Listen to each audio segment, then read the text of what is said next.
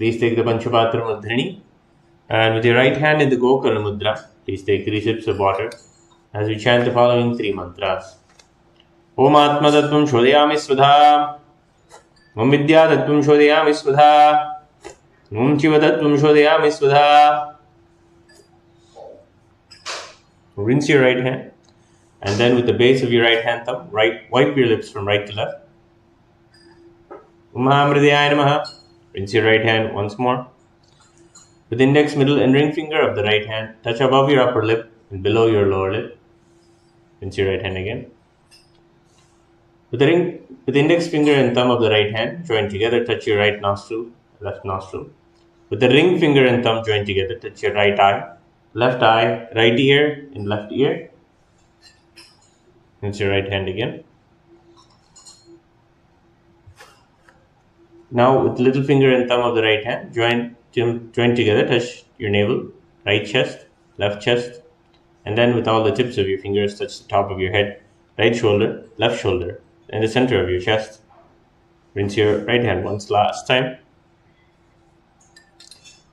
Now, we'll be chanting the Sankalpa mantra.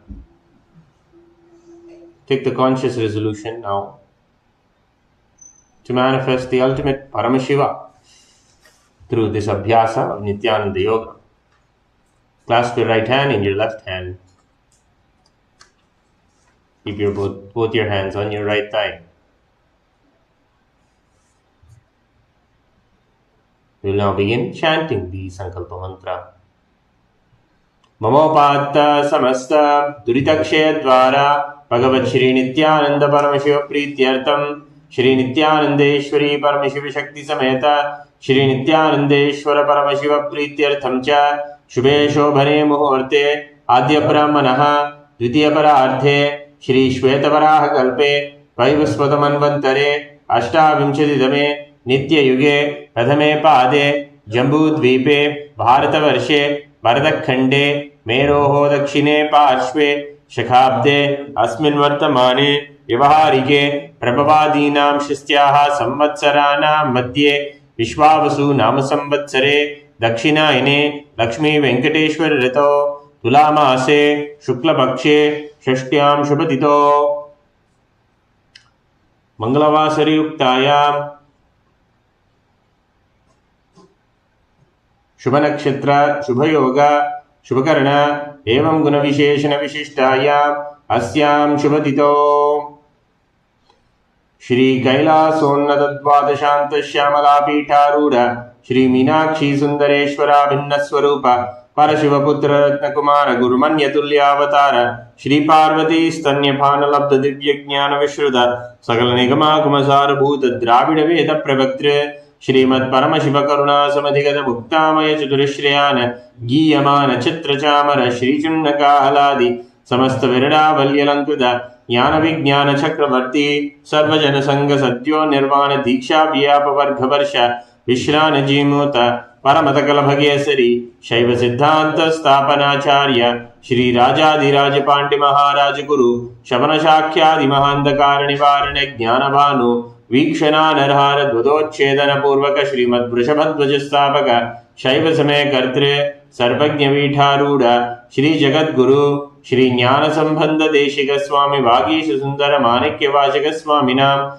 Avatara Bhuta Shri Jnana Sambandha Swami Punaruddrita Shyamala Pita Sarvagnya Pita Trinavatyuttara Dvishadama Guru Mahasannidhana Arunagiri Yogishwara Paramparagata Arunachala Sarvagnya Pita Guru Mahasannidhana Kailasa Paramparagata Kanchi Kailasa Sarvagnya Pita Trestrim Shaduttara Dvishadutama Guru Mahasannidhana Nityotsava Nitya Mangala Nitya Kalyana Nitya Rajita Kailasa Paramparagata Adi Kailasa Nithyananda Pita Mahasamsthana Mahasimmasana Pita Kartre Sakshat Sri Paramashiva Samudbhuta Kailasa Paramparagata Vaivasvatamanu Vikshwaku Harishchandra Bhagirata Shri Ramachandra Shurasena Ityadyanavachinna Sarvabhauma Chakravarti Paramparagata Chatushashti Yogini Mandita Chatushashti Sampradaya Pravartaka Manudharma Shasana Surya Vamsha Prapta Sarvagnya Pita Surangi Samrajya Murdha Vishikta Chudamane Sakshat Sri Paramashiva Samudbhuta Kapila Maha Guru Punaruddrita Mahanirvani Pita Ashtottara Sahasra Shri Mahamandaleshwara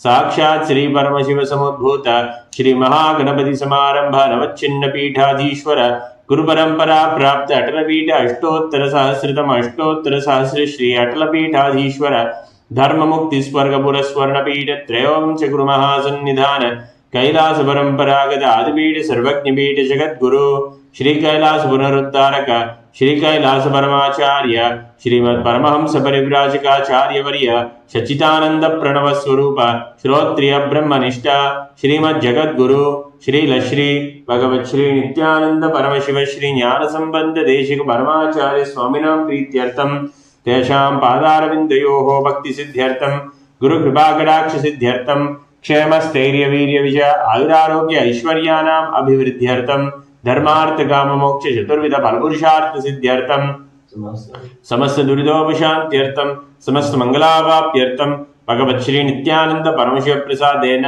सकुटुम्बस्य ज्ञान वैराग्य जीवन मुक्ति प्राप्त्यर्थम पूर्ण आरोग्य युक्त दृढ़ात्रिक योगी शरीर सिद्ध्यर्थम परमशिव शक्ति आविष्करणार्थम नित्यानंद योगाभ्यासं करिष्ये।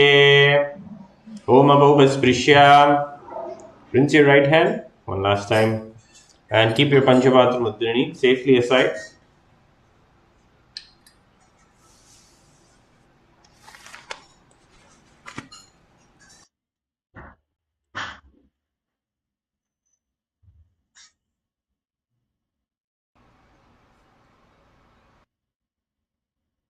Nithyananda, everybody. Welcome to another Brahma Muhurta authentic yoga practice exploring KAILASA's Nithyananda Yoga. Today is the Prathama Vinyasa Krama sequence still. And as most mornings, let's all begin by standing up, coming to a tall standing position. If you've made it here so far this morning during Brahma Muhurta, whether you're joining us live on YouTube or here in Zoom, welcome. Nicely done. Let's begin this beautiful day by making some big circles with our neck. Nice, long, slow movements, rotating the head all the way around the body. You can start in a clockwise direction, counterclockwise, whichever way you naturally began. And as you do so, just make sure that you're reaching your head. So you're reaching the crown of your head towards the direction that you're rotating. So if my forehead is pointing down, try and reach your head downwards. And if I'm to the side, I'm reaching my head to the side as well. And then let's stop and go in the opposite direction. Again, nice and slow. Take care of the neck. Very fragile part of the body as we're slowly trying to wake ourselves up here. I don't know about you, but when I wake up in the morning, my body isn't necessarily ready to go 100%. So waking yourself up slowly, inch by inch as we go through this process. And then from there, we could stop and bring your head to a neutral position. Just turn it all the way to the right.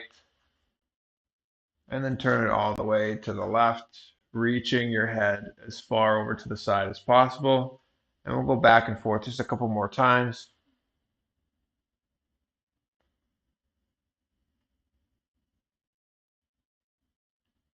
Good. And then come to a neutral position. Bring your head tilted down. Bring the forehead towards the ground. Just using the own strength of your neck and tilt it back up. Bringing the chin towards the ceiling. And then back down. And this time you can place your hand behind your head if you'd like. Put a little gentle pressure there. And then release and bring your head and raise the forehead up towards the ceiling. You want to just press underneath your chin or leave your hand on top of your forehead and press down from that direction or press up from the chin. Good, nicely done. Okay, from here, let's move down to our shoulders. We're just going to make some big, nice rotations in your arms. You start nice and wide, go a little bit slow, and then we're going to slowly pick it up a little bit. And then as you pick up the speed, try and tighten that circle a little bit. As you go faster and faster, your circles become smaller and smaller. So you keep your shoulders more engaged throughout this process, and then keep it nice and tight, and then reverse tight. Go in the opposite direction now. Then a little bigger, and a little bigger, and then nice and big again. Okay, and from here we're going to rotate going opposite directions up and down.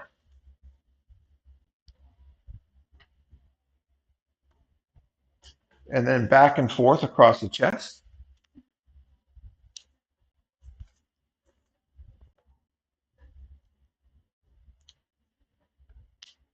And then we're going to try waking up our brain a little bit here. We're going to start from the top position and rotate your hands in the opposite directions.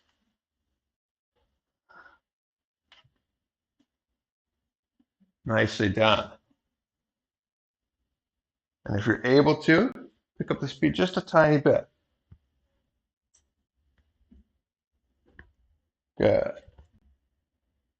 And let's try with the opposite directions now. So the easiest way to start is both at the top, and then just reach one behind, one in front, and then to your sides, one behind, one in front, and then back to the starting position. And just break it down,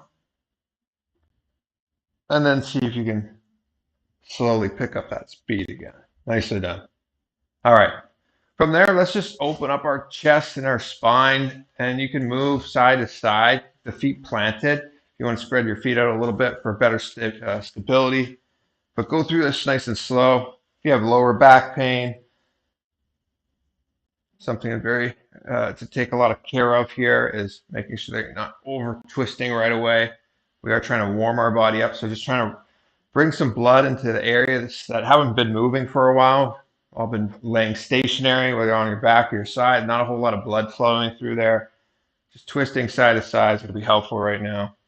And if you want to increase that twist at the very end, with a little bit of an extra pulse, feel free to do so. Okay, and from there, let's open up our hips. Just nice big circles. Try and keep your balance if you lose it there somehow. Nice big wide circles. And again, reaching as far as you can in whatever direction you're going to. So if you're going to the back, reach your hips behind you. Just start to feel that in your hamstring as you go to the front, reach forward in front of you so you feel that in your hip flexors. So reaching all the way around you. And we'll go in the opposite direction. And again, you feel your body. As we go through this process, really try and keep your awareness internally.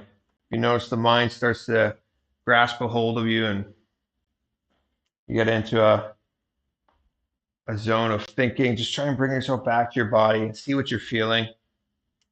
Give yourself this opportunity to make sure you're alive, you're awake, and you're aware of where your body is at today. Good. From here, let's bring our feet together and slightly bend your knees. You can place your hands on top of your knees, and we're going to make some circles. You can start nice and tight and then open them up with larger and larger circles.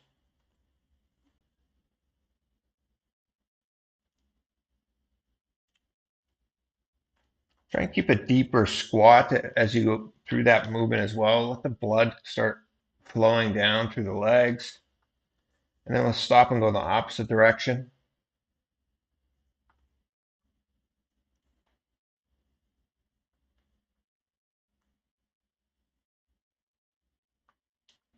And again, you're rotating from a small circle to a big circle.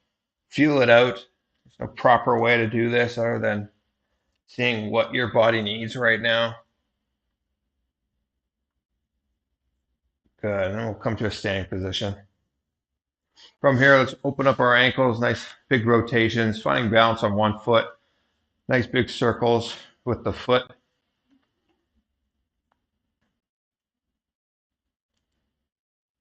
Again, if you start to find that you're losing balance a little bit, just bring your gaze to a single point,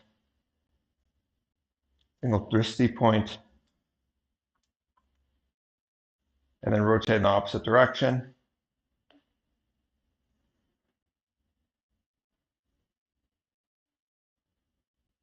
Good, and we'll switch sides, finding balance on the opposite foot.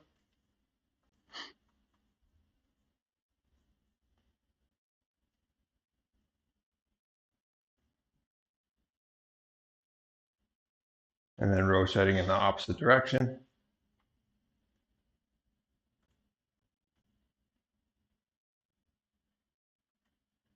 Good. Now let's take a freestyle moment here. So if you want to open up your chest a little bit more right now, feel free to do so. Actually, maybe that's one thing we forgot, our wrists, so we'll do that first. So first, let's bring our hands together. You can press your palms together and press the fingertips. And then you could do that with one hand, holding the fingertips of one hand. The fingertips would point towards the ceiling. And then pull those fingers down. So you're working the back of the hand. For me, one of my stiffest areas every day is actually my hands and wrists. So when I said, let's do a freestyle, the first thing I went to is my hands. And I'm like, oh my goodness, I forgot to open up my wrists now. So, okay, let's do the same thing on the opposite hand. Pressing the fingertips back, opening the fingers up towards the ceiling. And then the back of the hand, pulling it down. Doing that nice and gently. And then interlace your fingers. And almost massage your fingers. And then make nice circular rotations with the fingers interlaced. Squeezing your hands together. Squeezing the fingers together. And then making fists with your hands. And then extending the fingers. Fists and extending. We are going to be performing some hand balances today, so make sure that your wrists are warmed up. You want to make some circles now. And then rotate in the opposite direction.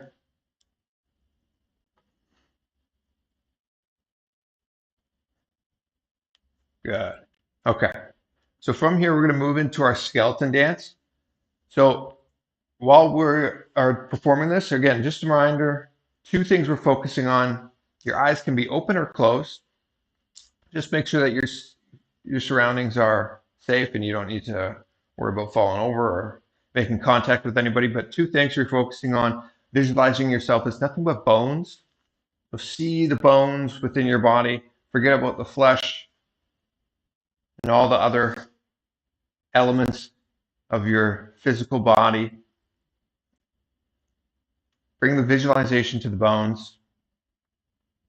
And then from there, we're just focusing on shaking the body intensely. So chaotic movements, trying to avoid patterns, trying to avoid dancing. You're really trying to shake out an absolute chaos in that there's no pattern to the movement at all. Okay? So with that, we'll start to begin with slow movements, and whatever that means for your body right away, just start shaking and whatever comes to your awareness. A lot of times for me, again, I just find that I naturally try and start shaking whatever feels stiff. If you want to spend a little time in a certain area, nothing wrong with that. But again, we are trying to maintain chaotic movements as well. And then we'll slowly start to pick it up a little bit more. And then as the music starts to come on, really start to intensify that chaotic shaking movement. And remember to hold on to that visualization that you're a skeleton structure.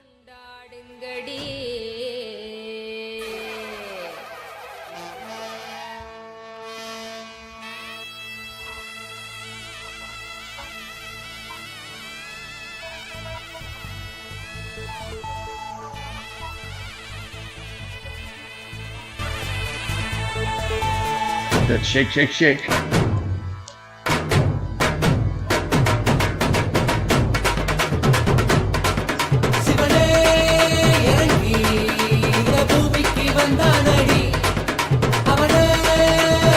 There you go. Keep going.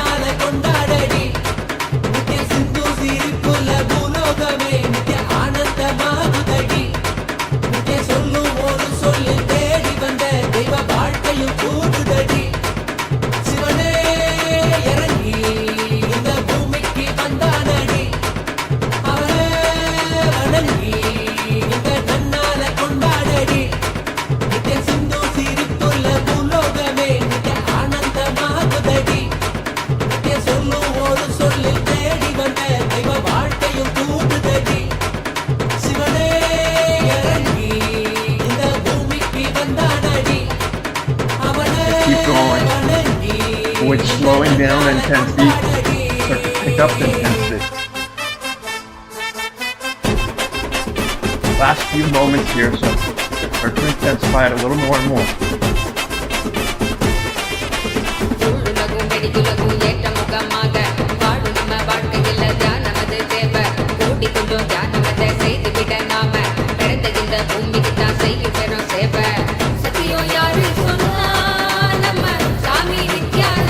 We'll go for another 5, 4, 3, 2, and 1. Nicely done. So keeping your eyes closed now, if you had them open before, you can close them. If you want to quickly adjust your yoga mat, you can do that. But then come to a standing position, closing your eyes, and we're trying to tune in now to our body. So take a deep inhalation through the nose, catch your breath. Nice long, deep exhalation, sighs out of the mouth. So breathing at your own pace right now. Start to try and calm the heart rate, calm the breathing pattern, and simultaneously unclutch, relax the body. Bring your awareness within. Just notice the vibration. Notice the energy flowing through you. So I'm just talking to us about generating our own energy. We've just generated energy through this movement. Feel that energy vibrating, pulsing within you, and know that you've got the energy within you today to explore these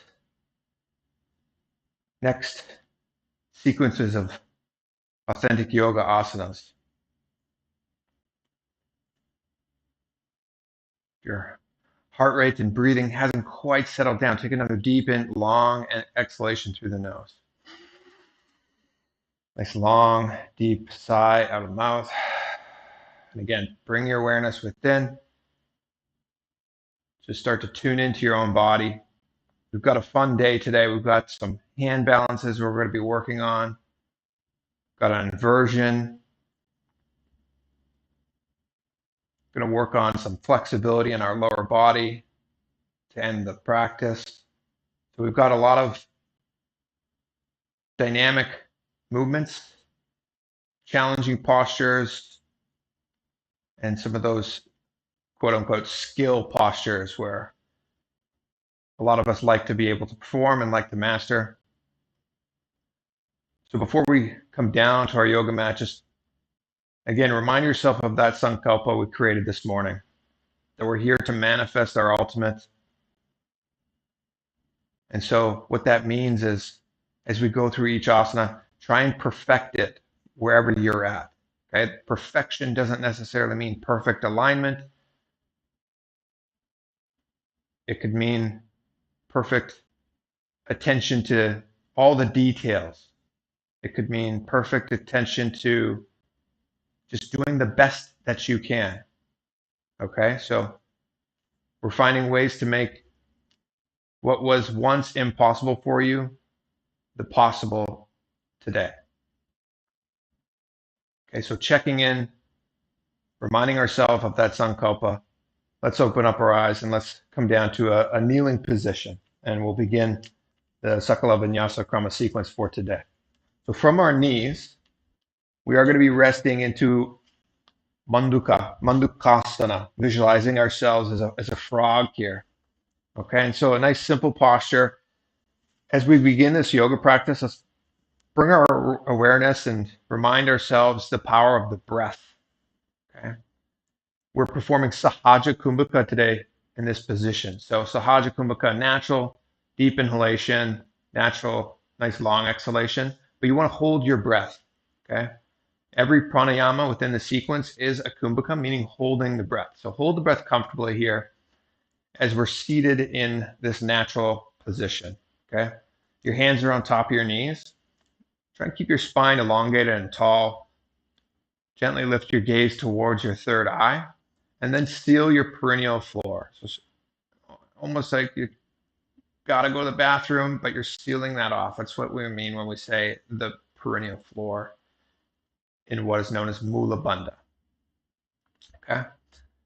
This part of the sequence, the japa is Sadashivoham, rotating in the throat center. Okay, and so we're going to inhale through the nose, hold your breath, make sure the perineal floor is sealed. Lift your tongue up against the roof of the mouth in Manduki Mudra. So you're a frog here. And with this visualization of a frog, as you hold your breath, is you're extending that long tongue of yours back towards the back of the mouth to try and catch this nectar of immortality, the Amrita, flowing down from the Sahasrara chakra. And what happens is this nectar is always dripping from the crown center, and you're trying to catch it from going down into the fire, into the Agni, which is at the navel center. And so we want to preserve that nectar. So hold on to that visualization. You have this golden nectar dripping down from that 1,000-petaled lotus Sahasrara chakra, and your frog tongue, so long and so talented, is able to reach out and capture that nectar and retain it within you. And again, this nectar is the nectar of immortality. So you're holding on to this visualization that you're becoming immortal in this position. Okay?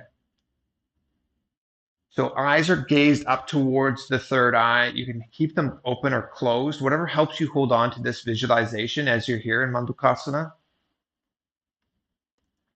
And again, the tendency is to start to arch your back and sink your shoulders down.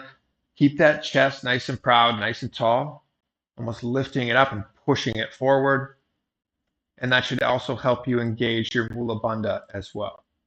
So sit here powerfully, tall, strong. Know that you're becoming immortal, holding on to that visualization that you are a frog, catching the nectar of immortality. With the tongue pressed up against the roof of the mouth, Sadashivoham rotating in the throat center. This is Mandukasana.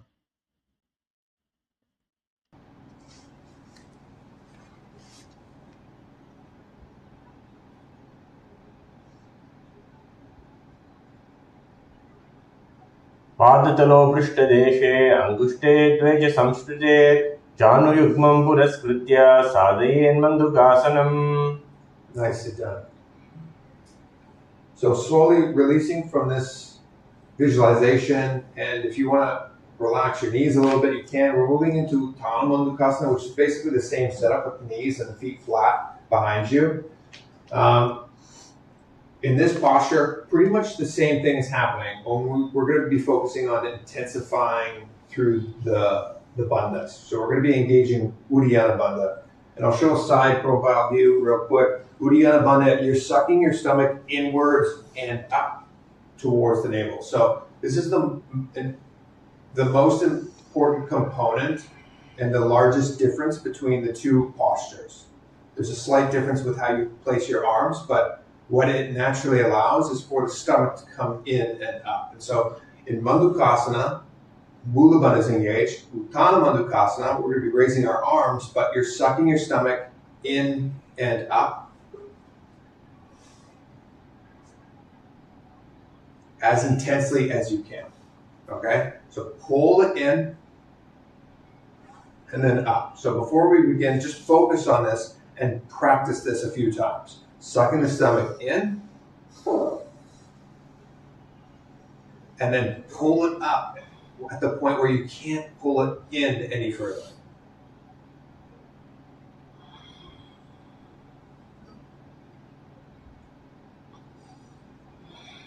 and then releasing it. Okay, so do that a couple times. Get used to that movement.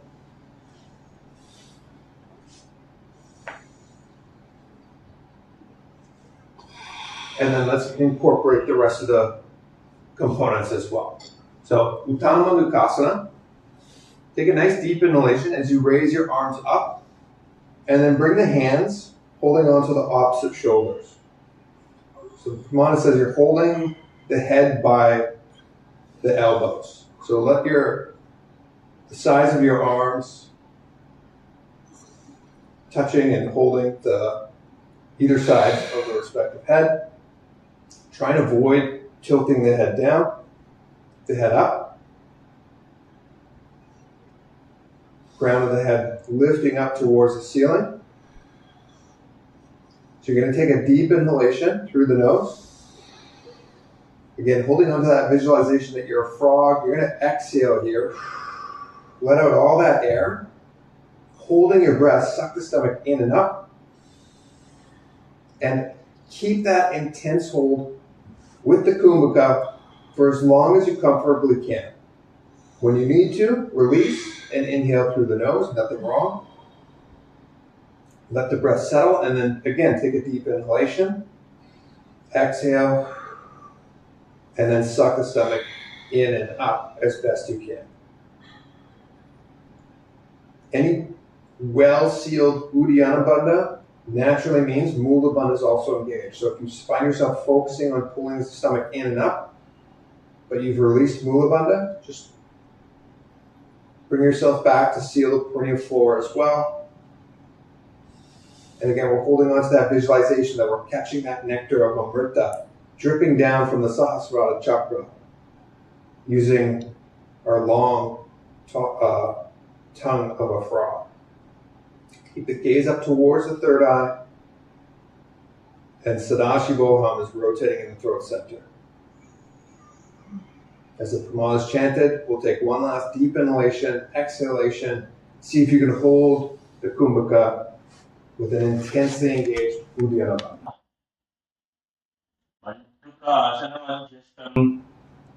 कूर्पराभ्यां दृढं शिरः एतद्भेदवदुःकालम् एतदुत्थानमण्डुकम्. Nicely done. Release. Bring the hands down onto the ground or onto your thighs, whatever's best for you. Okay.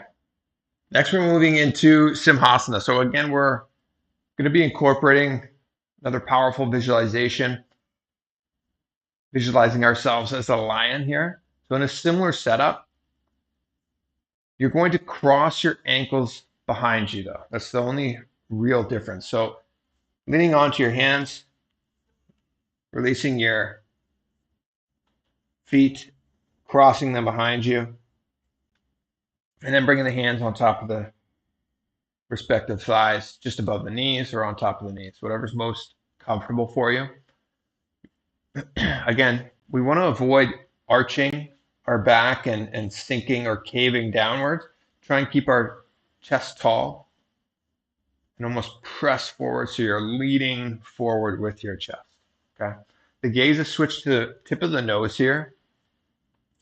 So in Simhasana, we're trying to release a lot of the gas and a lot of the dead air that's deep within our belly, within our lungs, within our stomach. We're trying to release all of that. And so when you're exhaling, we're going to take deep inhalations through our nose. And you're going to exhale from the base of your being. You're trying to pull all of that toxicity out, whether it's actual physical air or a metaphysical visualization of tension, stress, pain. You're trying to release all of that negative energy out of you. That's what you're trying to exhale with deep exhalations. And so think long, deep exhalations and stick your tongue out as you do so while you gaze at the tip of the nose. And you're doing this with like the ferociousness of a lion. Okay, and so that doesn't necessarily mean you have to be the loudest or sounding like a lion in any way. It's that ferociousness that you're withdrawing all of that energy out of you. So you take a nice long deep inhalation through the nose, and from the base of your stomach, exhaling out of the mouth, sticking the tongue out. And you're gazing at the tip of your nose as you do so, okay? So we're going to repeat this a handful of times. You can do so at your own pattern. I'll continue talking, taking nice long deep inhalations, making sure you're filling up your lungs as much as you can. So make sure you're inhaling as deeply as you can so you can exhale absolutely everything out of your stomach, out of your lungs as possible. And again, reminding to stick your tongue out as best you can, as long as you can, and you're visualizing yourself as a lion, embodying that ferociousness and that intensity as you exhale through this. Okay. Continue moving, holding Mula Bandha. And with each long, deep inhalation, follow it with a nice long exhalation. Let's do this 3 more times. With the japa Sadashivoham rotating in the throat center, this is Simhasana.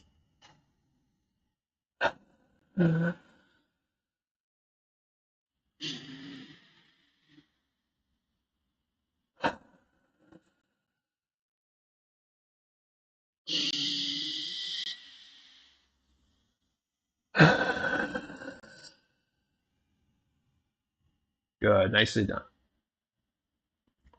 So relaxing your feet, you can uncross your feet right now. Place yourself into a similar seated position as Mandukasana. We're going to bring our hands behind us and hold on to the opposite foot.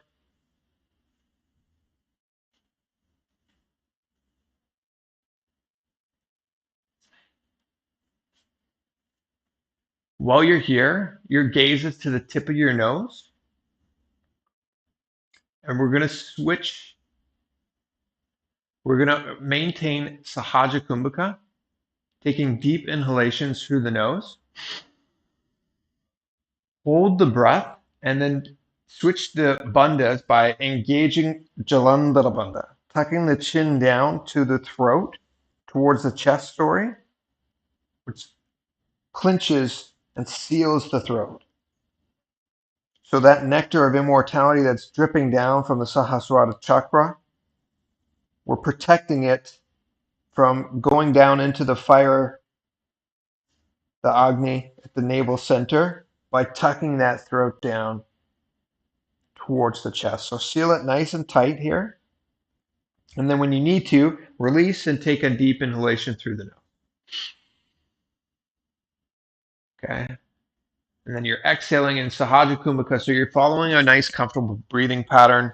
When you need to inhale and exhale, do so at your own pace. But make sure that you are holding your breath and you're holding it for an extended period of time. Okay. Bring Swamiji into your inner space. And we'll continue this pattern of deep inhalations through the nose. Seal the perineal floor, tuck the chin down towards the chest in Jalandhara Bandha. Holding the breath, gazes to the tip of the nose, Sadashivoham rotating in the throat center. And when I can't hold my breath any longer, I'll exhale. Inhale again through the nose, finding comfort. And then again, when you're ready, at your own pace, deep inhalation through the nose. Seal the perineal floor, tuck the chin down towards the chest, and hold in Bhadrasana. Visualizing Swamiji in your inner space.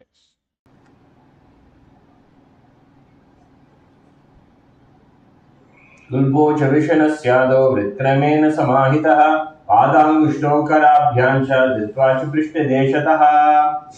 Good, and releasing.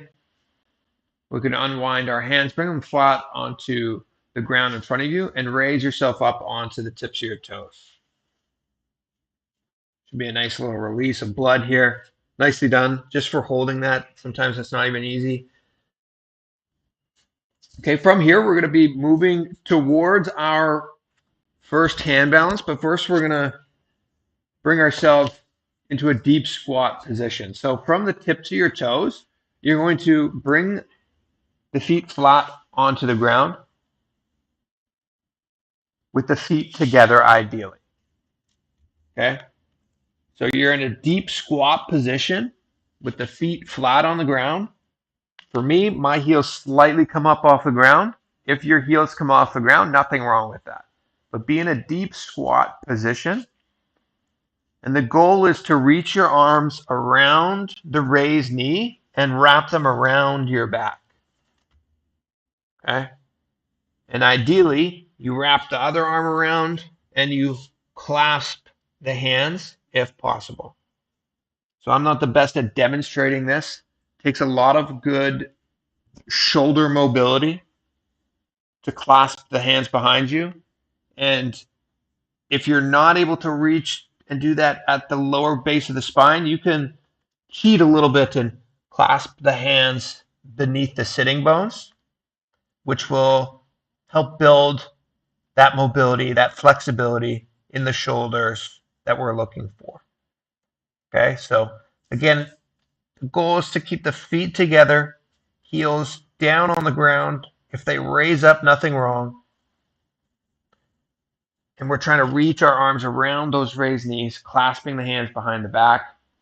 While you're here, bring the gaze to the tip of your nose. Okay. This is Kakabusandhyasana. So we are visualizing ourselves as a crow in this posture. Sadashivoham is rotating in the throat center, and Mula Bandha is engaged.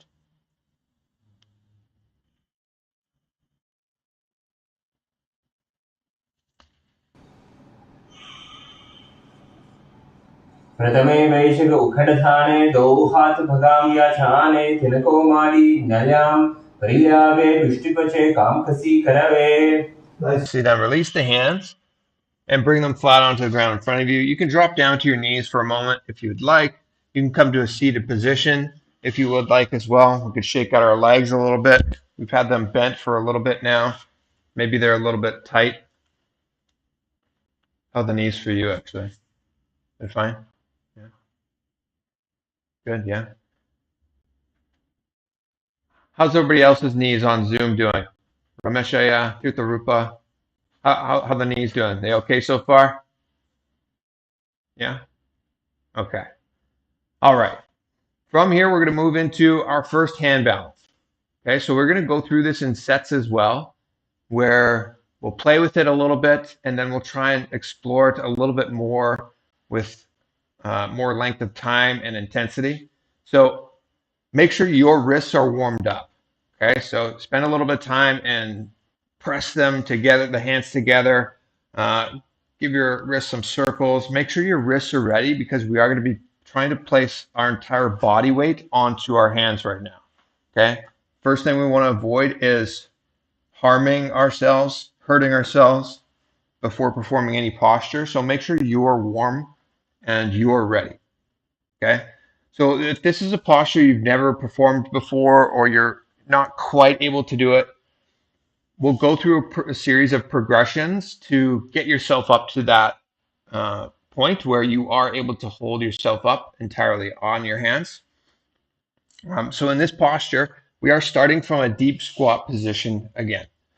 So while you're here, your hands are planted flat on the ground, and remind yourself to spread out your fingertips.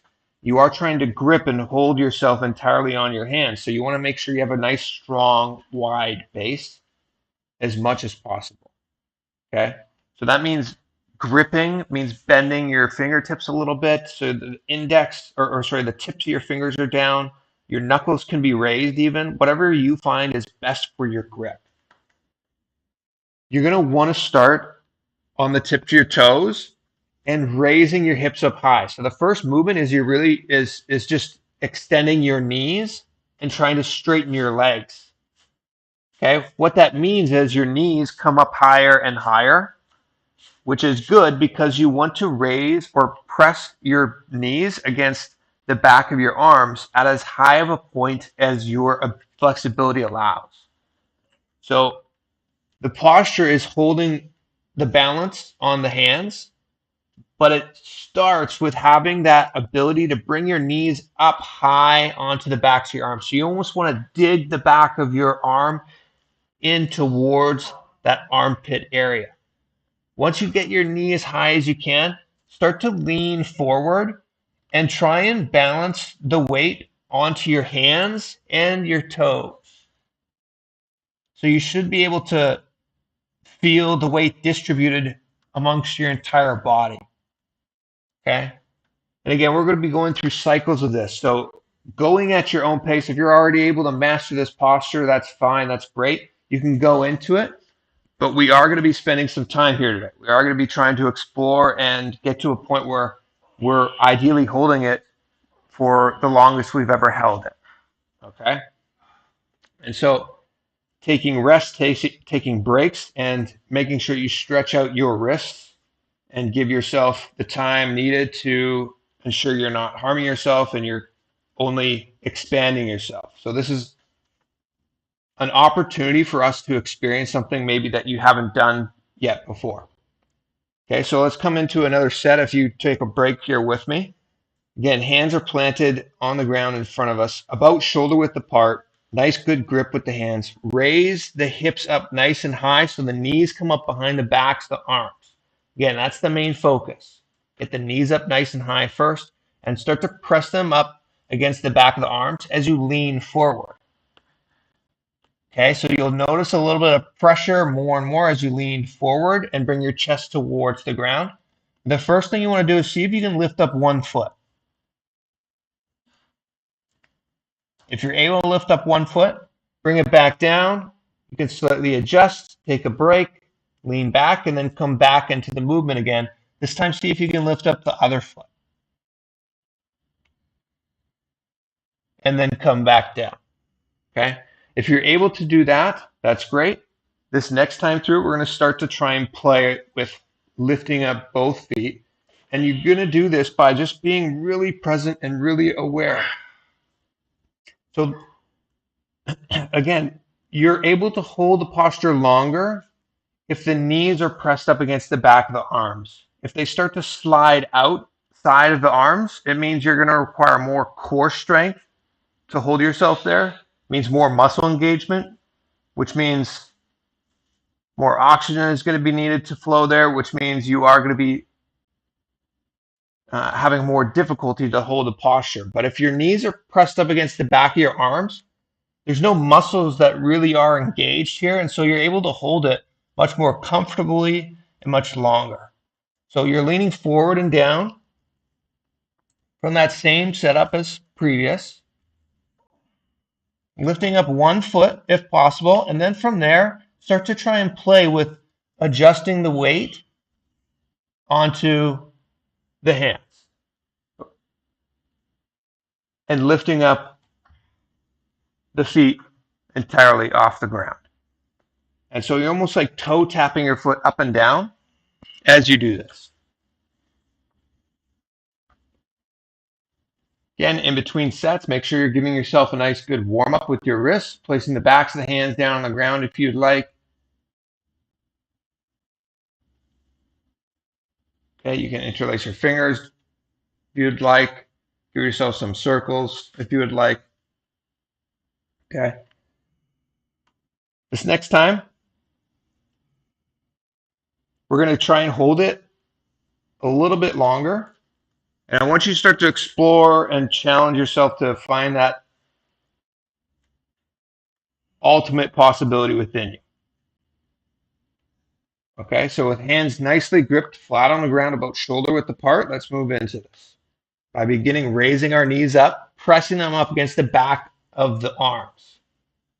Okay, leaning forward, let one foot come up and then try and find that balance to lift up the opposite foot and then hold yourself in this position. Keep your neck in alignment with your spine, with your back. So try and avoid arching your head at first. Make yourself feel comfortable and just hold. because your knees are pressed up against the back of the arms, there's no muscle engaged in the core, or it's not nearly engaged as if the knees start to slide outside of the arms. And so you're naturally able to hold it longer. And so the energy that requires the balance is focused mostly on finding that stability with the hands, with intensely engaged wrists and forearms. Okay, and then when you're ready, gently bringing one foot down and then the other and rising back up. Nicely done. So for me, when I'm holding that posture right away, when I come down, I want to make sure my wrists are good. I'm squeezing my wrists and I'm rubbing them.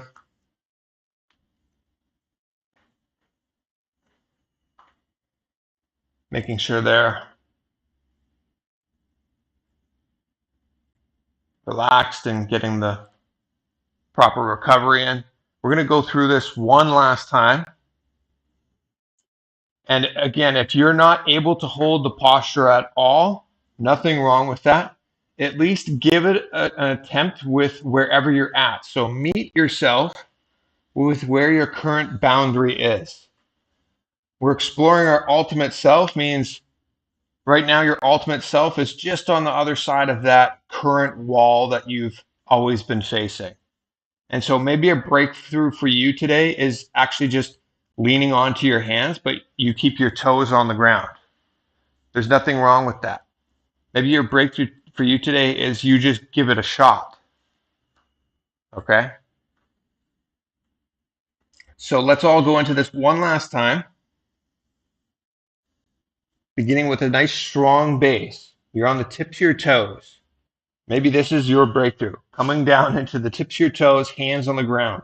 You've never even been in this position because before you always just thought, I can't do it. I'm not going to bother. But you got down to this point. So maybe this is your breakthrough today. And if so, nicely done. If you can continue exploring with it, you lift up your hips up nice and high and see if you can get your knees behind the backs of your arms. Okay? Start to lean forward, bringing the shoulders beyond the hands, and try and lift up one foot, and then see if you can find your balance to lift up that second foot. And if you're able to, continue holding the pose. Finding your balance on your hands, staying focused.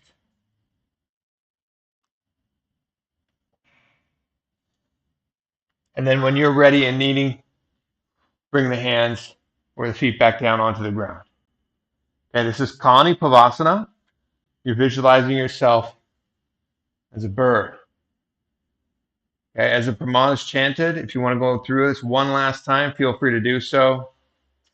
Just make sure your wrists are ready and recovered as we go.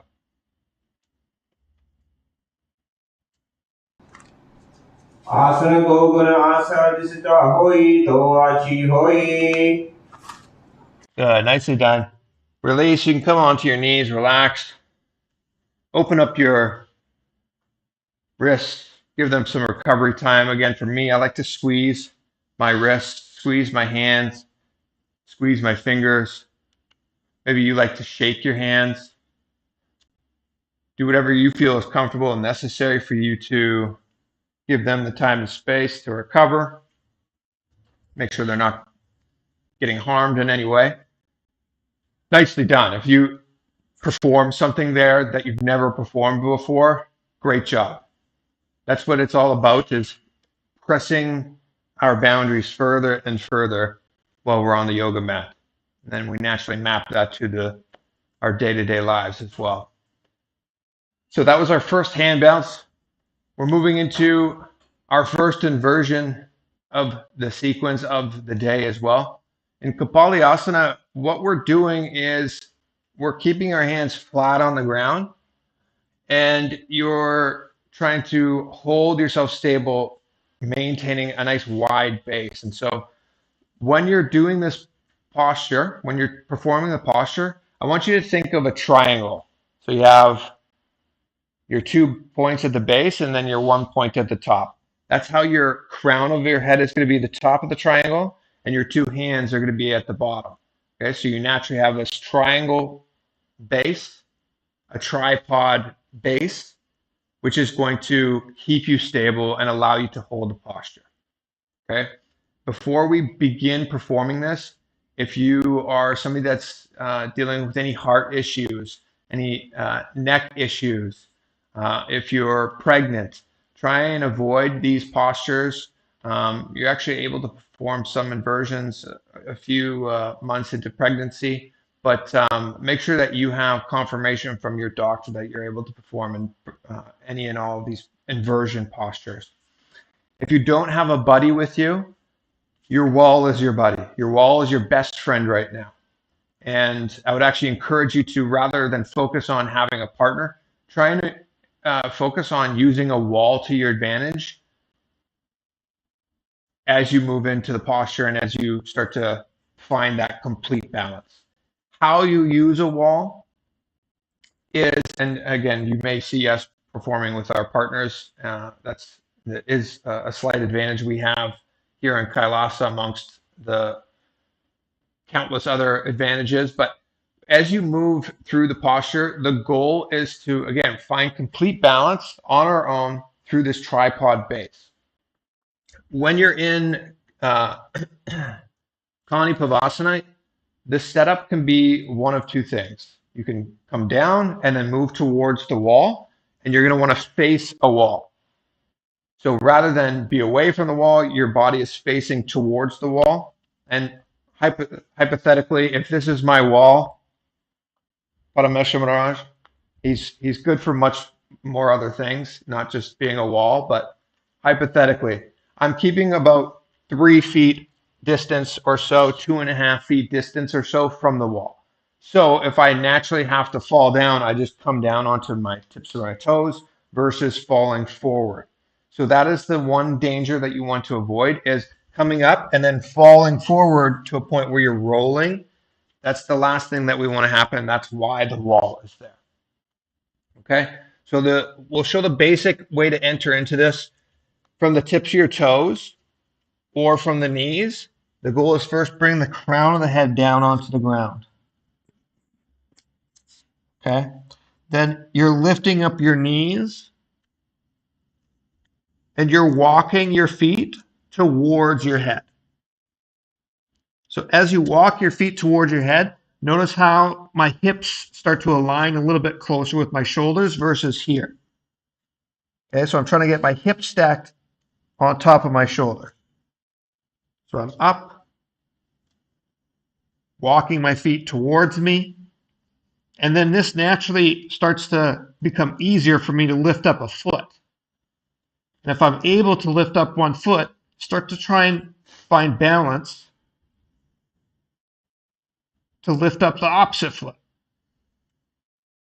And if you're able to do that, you're trying to stack your hips on top of your shoulders and then your knees on top of your hips. And finding that vertical line in that way. And then when you're ready, you can slowly come down by bending the knees, slowly and controlled. Bring the knees towards the chest, come down onto the knees, and then slowly raise up, relaxing. For me, every time I raise up, everybody kind of points and laughs. Oh, your head is so red. Oh, the blood is rushing. That's good. We want to get the blood rushing to our head. So I'm okay to look like a tomato. Nicely done. So everybody on Zoom that's doing this, great job.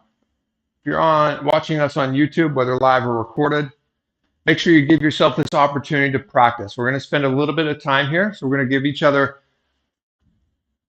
a bit more time to focus on performing this posture.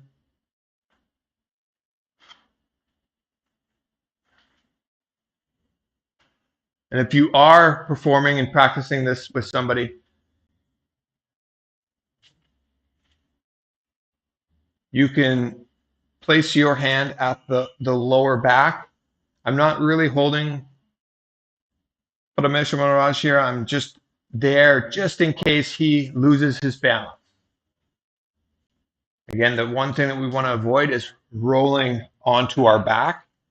And so that's why we start by facing the wall,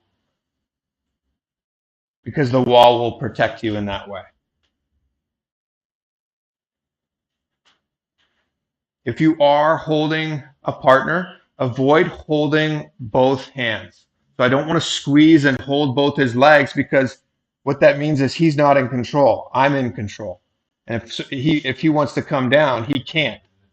So you can hold somebody's balance by one leg. Okay?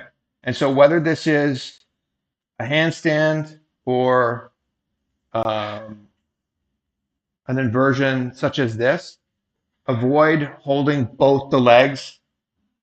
Hold on to one leg and allow them to maintain their balance. They have the coordination, the ability to keep themselves up.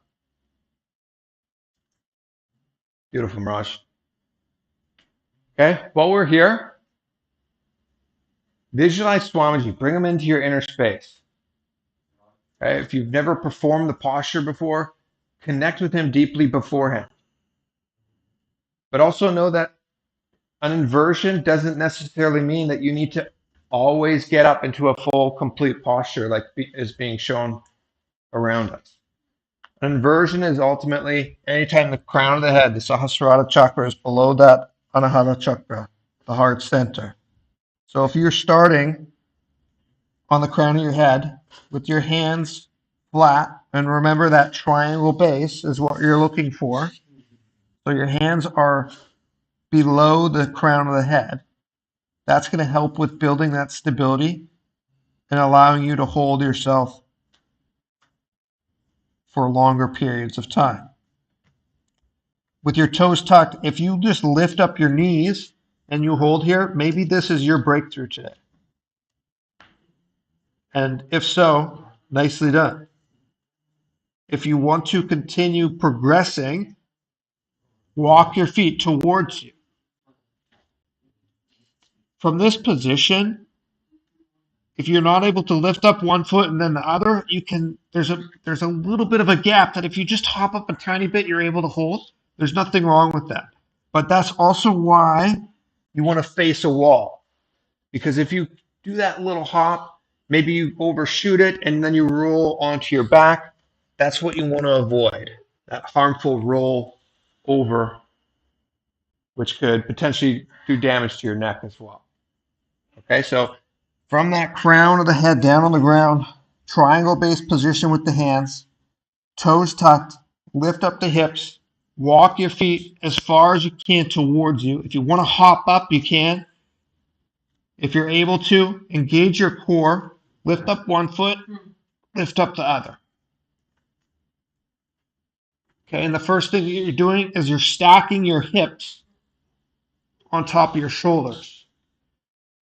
Knees on top of your hips, ankles on top of your knees. Try and find comfort here. Try and find balance. At any point, if you feel stress or pain in your neck or your spine, that's your cue to come down and exit the posture.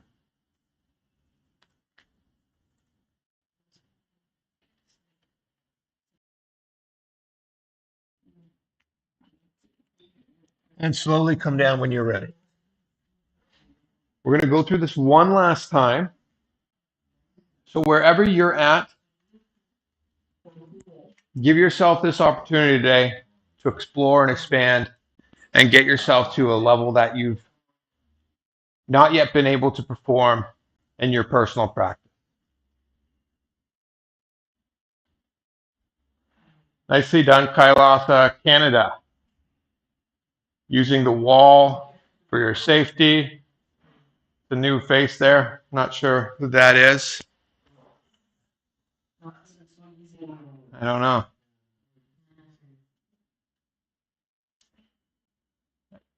I see one I see one individual with their fingertips pointing to the side. I don't know if they're showing off because that does make it more challenging, but try and keep your fingers pointing forwards. So as if your fingers are pointed towards the front of your mat.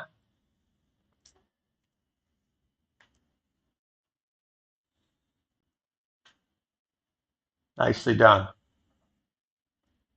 Okay, so let's go through this one last time. And as we do so, we'll listen to the pramana being chanted at the same time. So again, try and find comfort in this posture. In every asana, you're trying to find comfort. So not many muscles are actually engaged here if you go through the alignment properly.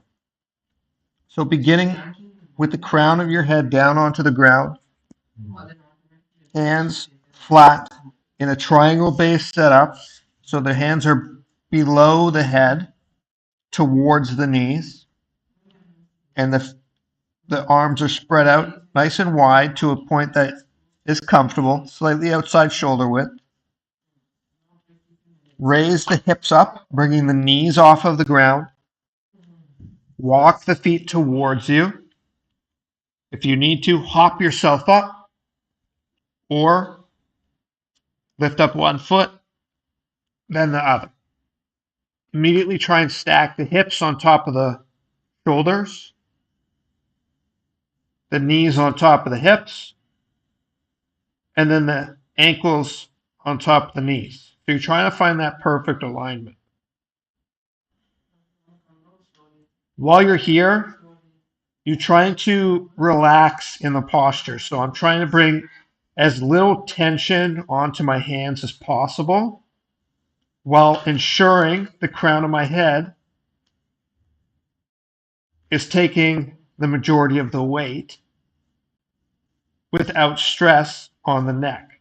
So again, if you feel any stress, any sharp pains in your neck or your spine, that is your cue to exit the posture.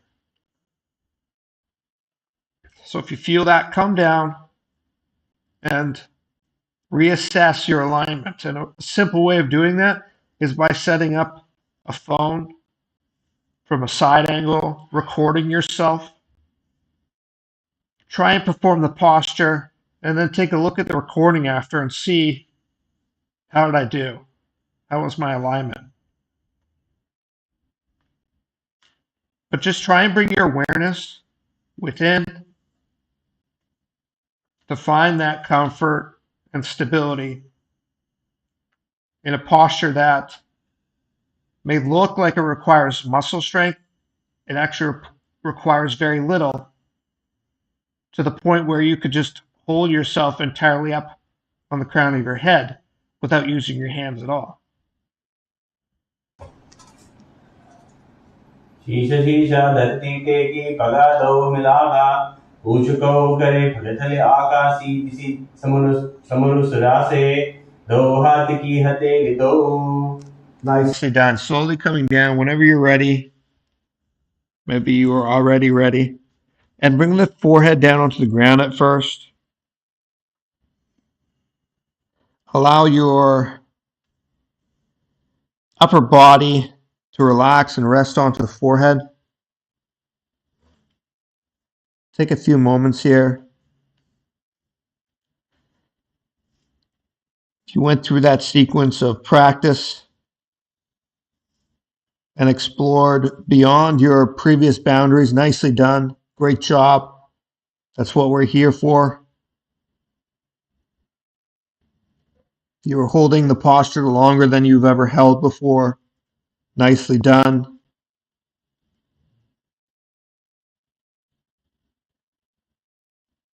And then from here, you could slowly lift up the head off the ground. Bring the spine to an inverted posture. Maybe feel that blood rush back into the rest of the body, down from the crown of the head. Nicely done. So again, before we move on, make sure your wrists are warmed up. You can press the hands, the fingers into the backs of the wrists, massage your hands, massage your fingertips if you need to. Raja.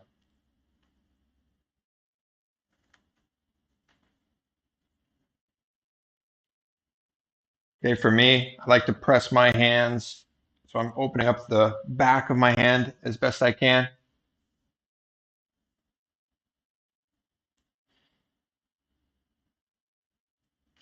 Okay, but make sure your wrists are ready to go because we are moving into another hand balancing posture where we are putting our weight onto our hands.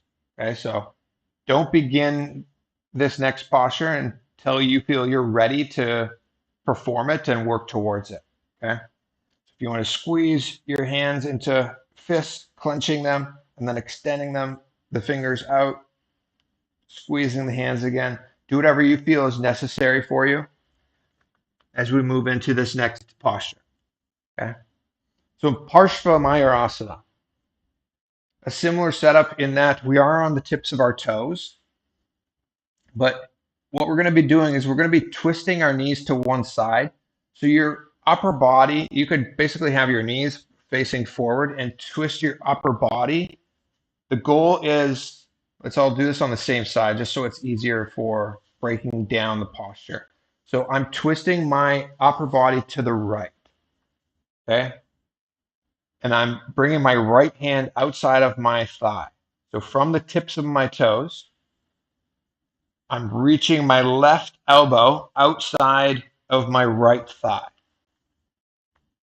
And in order to hold yourself in the posture, the further you can reach your elbow over and down, the better off you are. Okay, so you want to find as much leverage through this posture by getting the elbow as far over onto your thigh as possible. Okay, so again, from a seated position on my toes, reach the left arm outside of that right thigh, and then plant the hand down to the ground. Your right hand should be placed a little bit further away from you. Okay, so the first basic movement to be able to hold yourself here is start reaching your hip towards your right elbow. Okay, so if you reach your right hip to your right elbow, you should be able to rest there a little bit. So your body weight starts to be held onto the elbow. Okay, if you're able to find that leverage and that pressure, then just tilt yourself forward a little bit and see if you can slowly bring your feet off of the ground and play with that a little bit. If you do that and then your left arm slides off of your thigh, that just means and shows the emphasis or the importance on the emphasis of reaching that left elbow outside of that right thigh as best you can. Okay? So with both hands planted flat, your right hand slightly a bit further away, you're reaching your right hip to your right elbow as a point of focus for step one. With that leverage, you then bring your chest down slightly and see if you can lift up your feet off the ground, finding that balance. Okay? So give it a shot with wherever you're at. If you're able to get to that point where the elbow is outside of that right thigh, I have one very attentive student just staring at me. Place the other hand down on the ground. Bring the right elbow in contact with the right hip. Lean forward and then try and slowly extend the legs out now.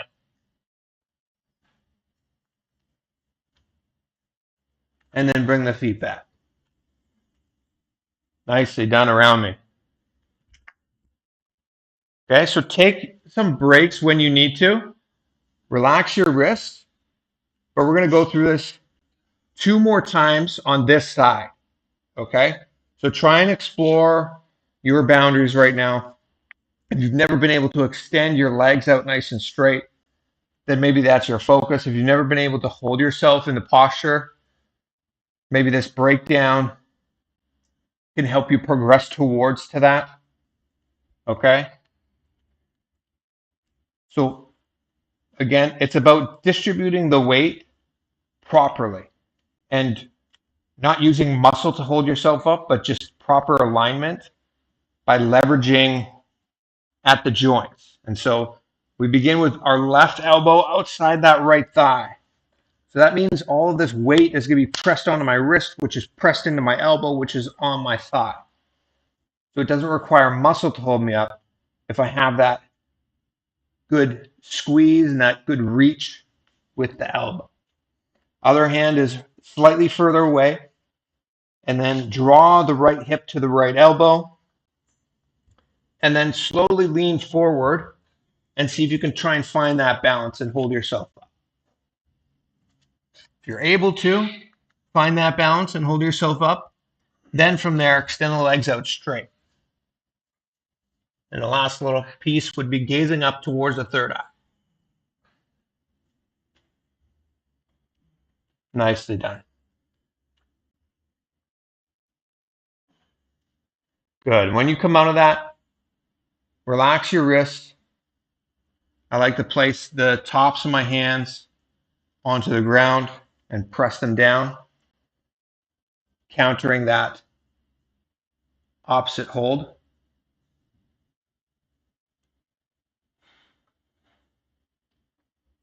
Okay. And then when you're ready, we're going to go through this one last time. And Mayura. So we're visualizing ourselves as a peacock here.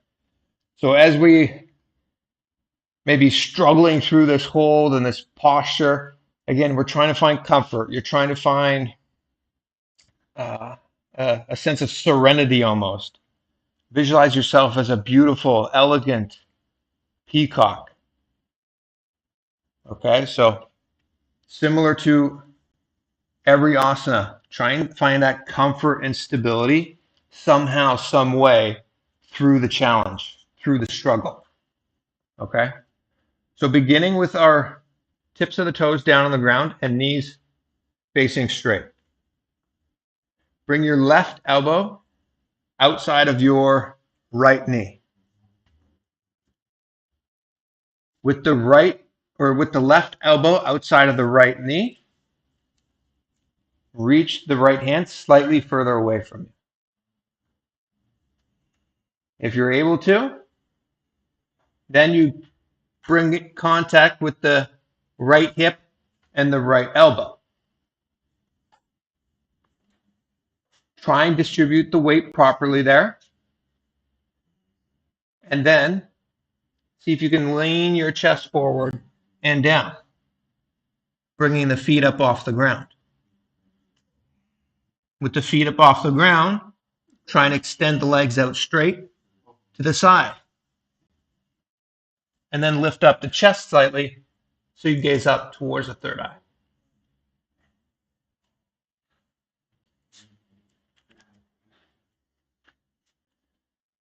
So play with this one more time and then we're going to switch sides.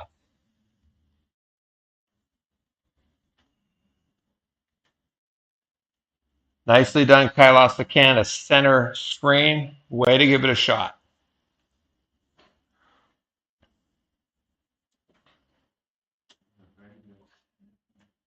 Nice job, Tirtharupa. Good. Good. That was really good. You're shaking no, but I'm shaking yeah. To make that a little bit easier for yourself, your legs were spreading apart. Let the knees stack on top of one another. So you were almost lifting up your knees off the ground. Can you show me just so I can show him? Thank you.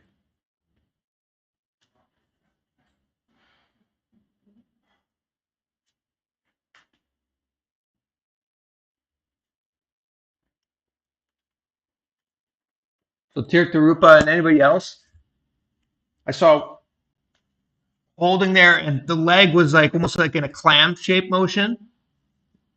Try and just let it rest on the top of the leg that's on the elbow.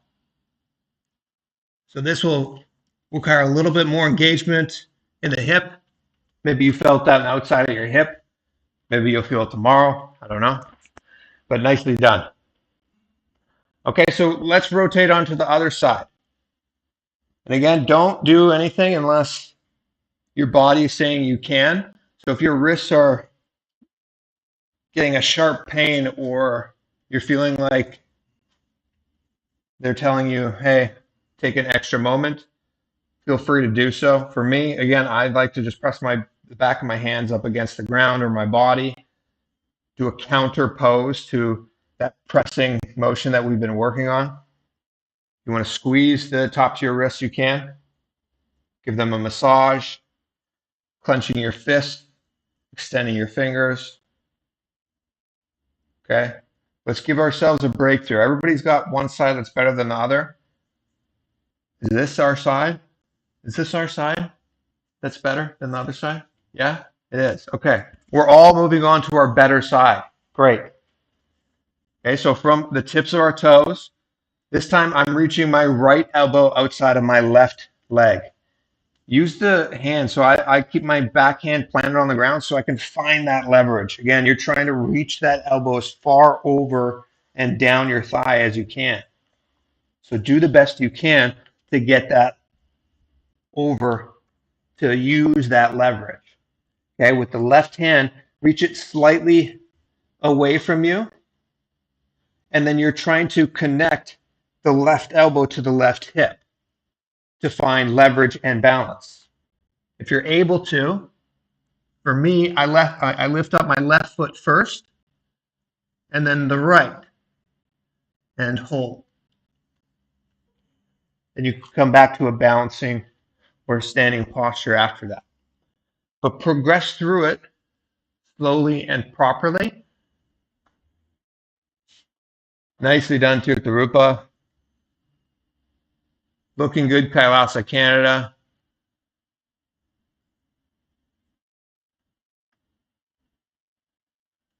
Good. Kailasa St. Kitts holding all day. All day. All right, so if you've just come down, give yourself that rest, that break that you need to. If you've been resting for a little bit, we'll explore into it again. Make sure, again, your wrists are nice and warm, nice and relaxed, ready to go. Working on this opposite side, again, reaching my right elbow outside the left thigh as far as I can, planting the right hand down. Left hand is down onto the ground, reaching the hip, my left hip towards the left elbow, lifting up my left foot to allow that contact to happen a little bit easier, and then gently lift up the right foot after and extend the legs out straight to the side if you can.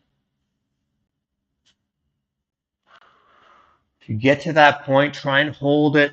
Use your core, your oblique muscles to keep that strength, that upper body held up on the ground. Nicely done here.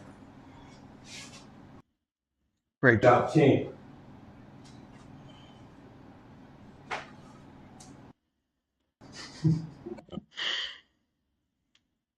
We have one supervisor here as well.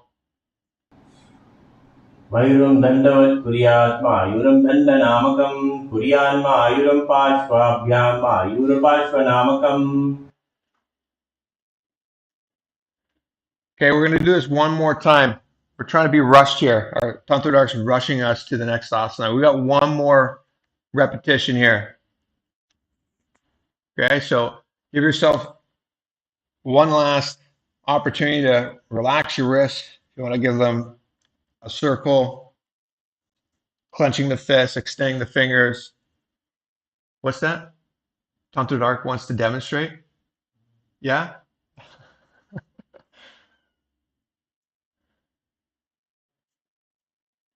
Okay, all together, let's try to find our ultimate possibility. Okay? If you've never been able to hold this posture, let's try and get into it. Let's try and hold ourselves here for this first time. Give yourself a breakthrough wherever you're at. Okay? From the tips of our toes, reach your right elbow outside that left thigh. Try and find that leverage by squeezing it as far over and down as you can. Place the right hand down onto the ground. Left hand is a little bit further away from you. Bring the left hip towards the left elbow, and then bring the chest down towards the ground. Find leverage by placing the hip onto the ground.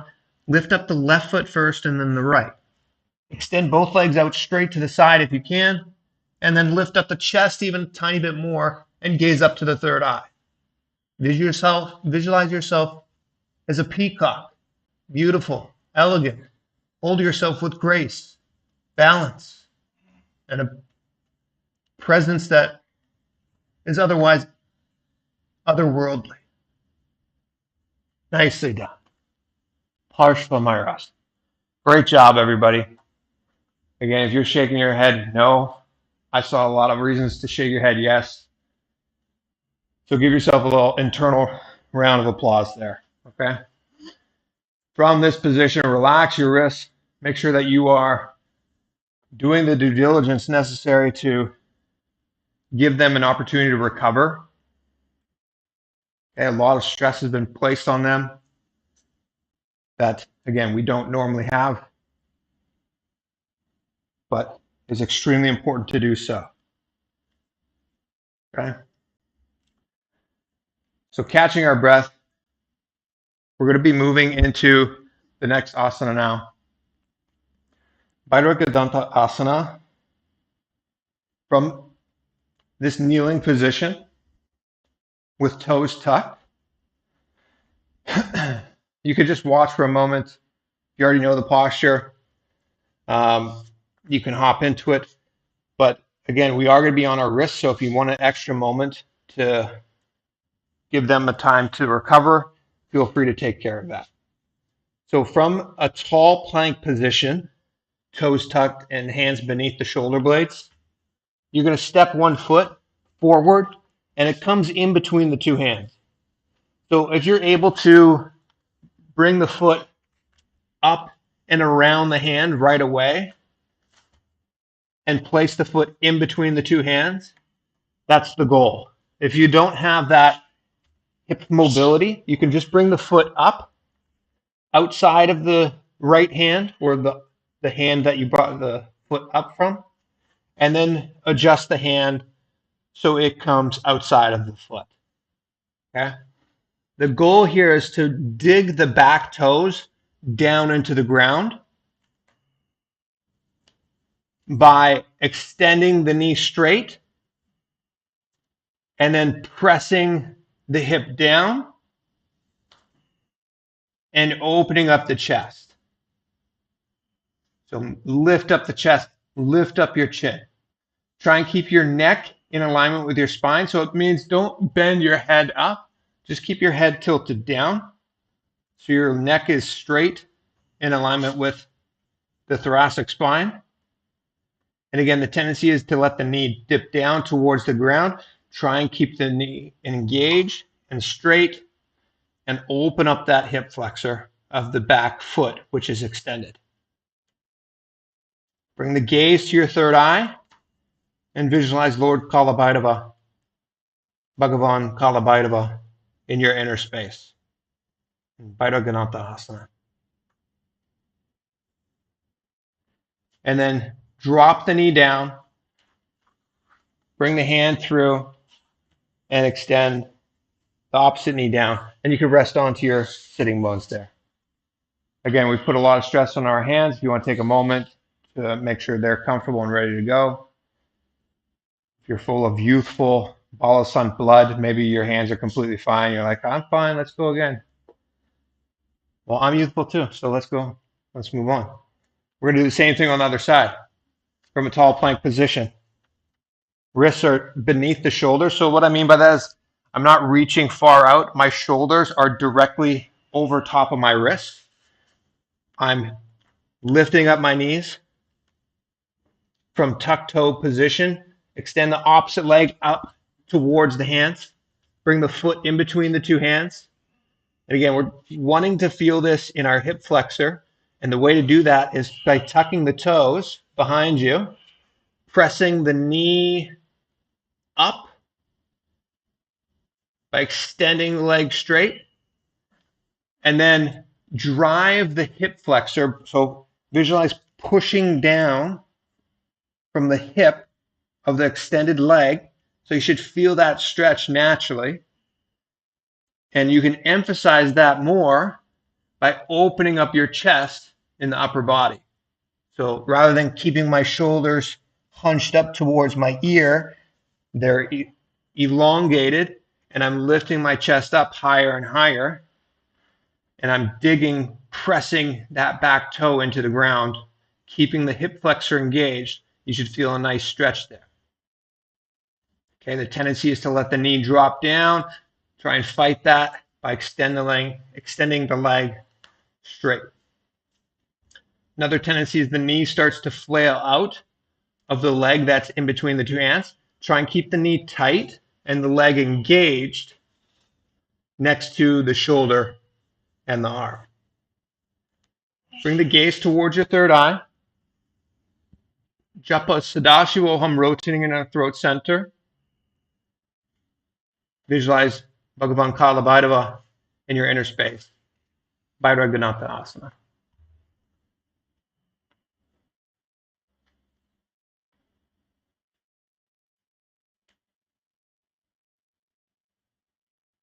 Good. Then drop that knee down. Bring both legs back, resting on tops of your knees, sitting bones on tops of the back of the heels, recovering your wrists if you need to. Nicely done. So we'll do this one more time each side. As the pramana is chanted, focus on relaxing yourself. We'll go directly from one side to the other.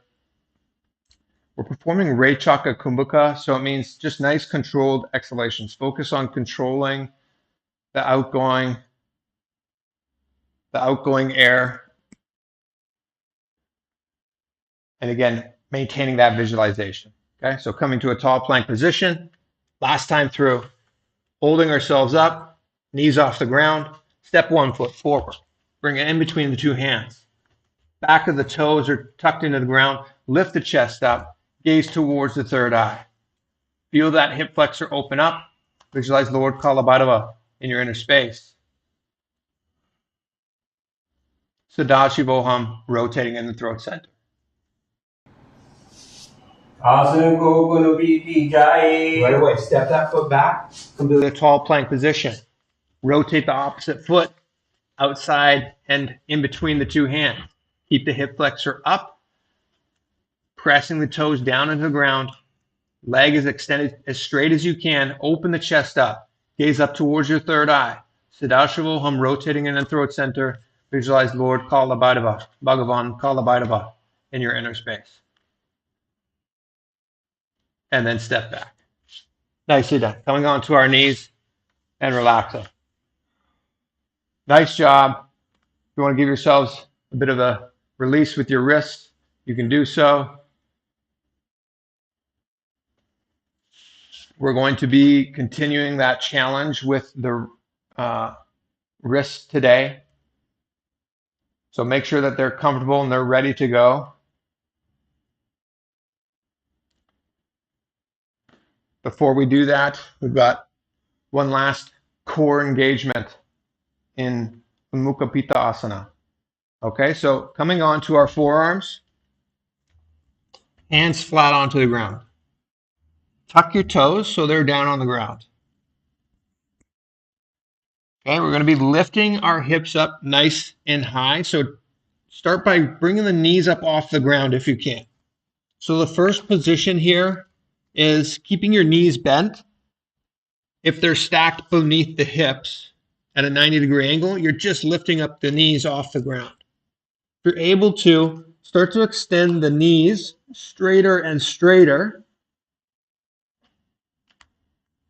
and let the hips rise up higher. The natural tendency is the shoulder blades stay sunken down. Try and elongate the scapula by pressing the elbows down and let the upper back rise away from the ground. Okay, so you're keeping that scapula engaged by not letting the shoulders sink down. Lift them up, keep them away from the ears. Okay, the knees straight as best you can. Toes are tucked onto the ground. If this is too challenging for you, you can extend your legs so the toes go further away from you, or you can bring your knees down onto the ground beneath the hips and come to a nice base position and play with the movement of raising the knees up off the ground.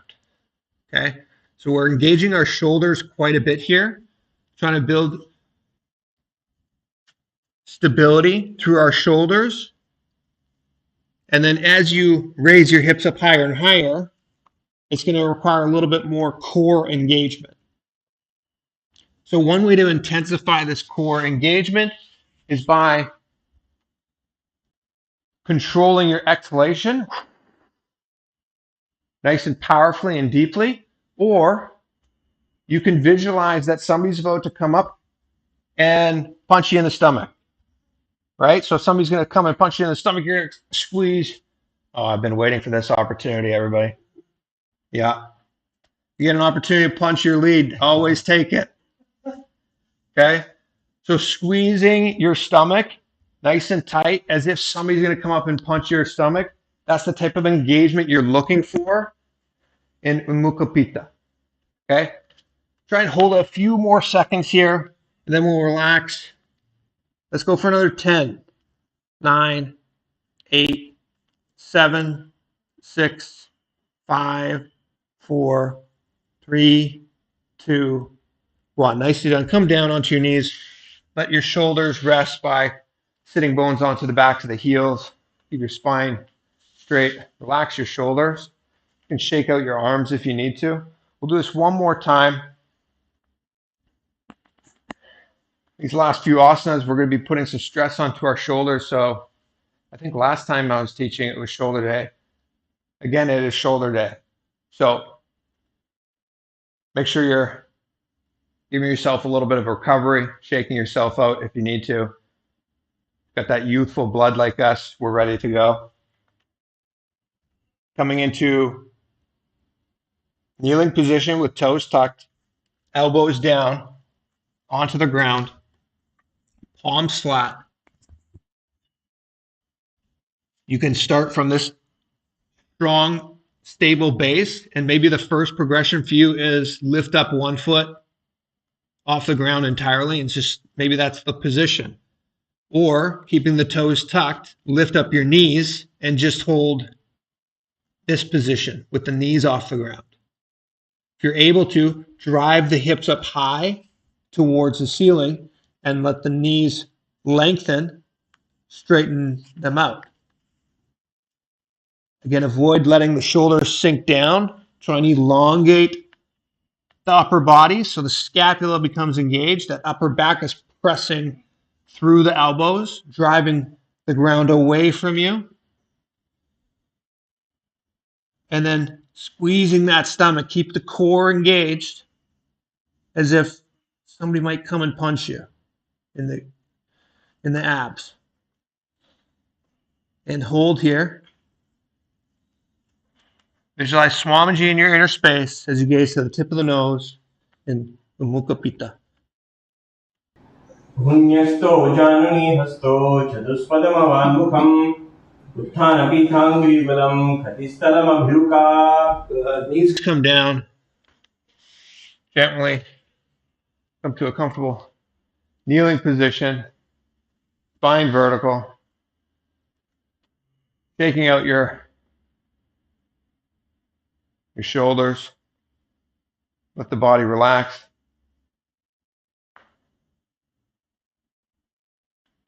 KAILASA Canada, still holding. Still holding. Nicely done. Okay. From here, next position is, again, it's going to require pressure and strain on the wrists. So make sure your wrists are ready to go.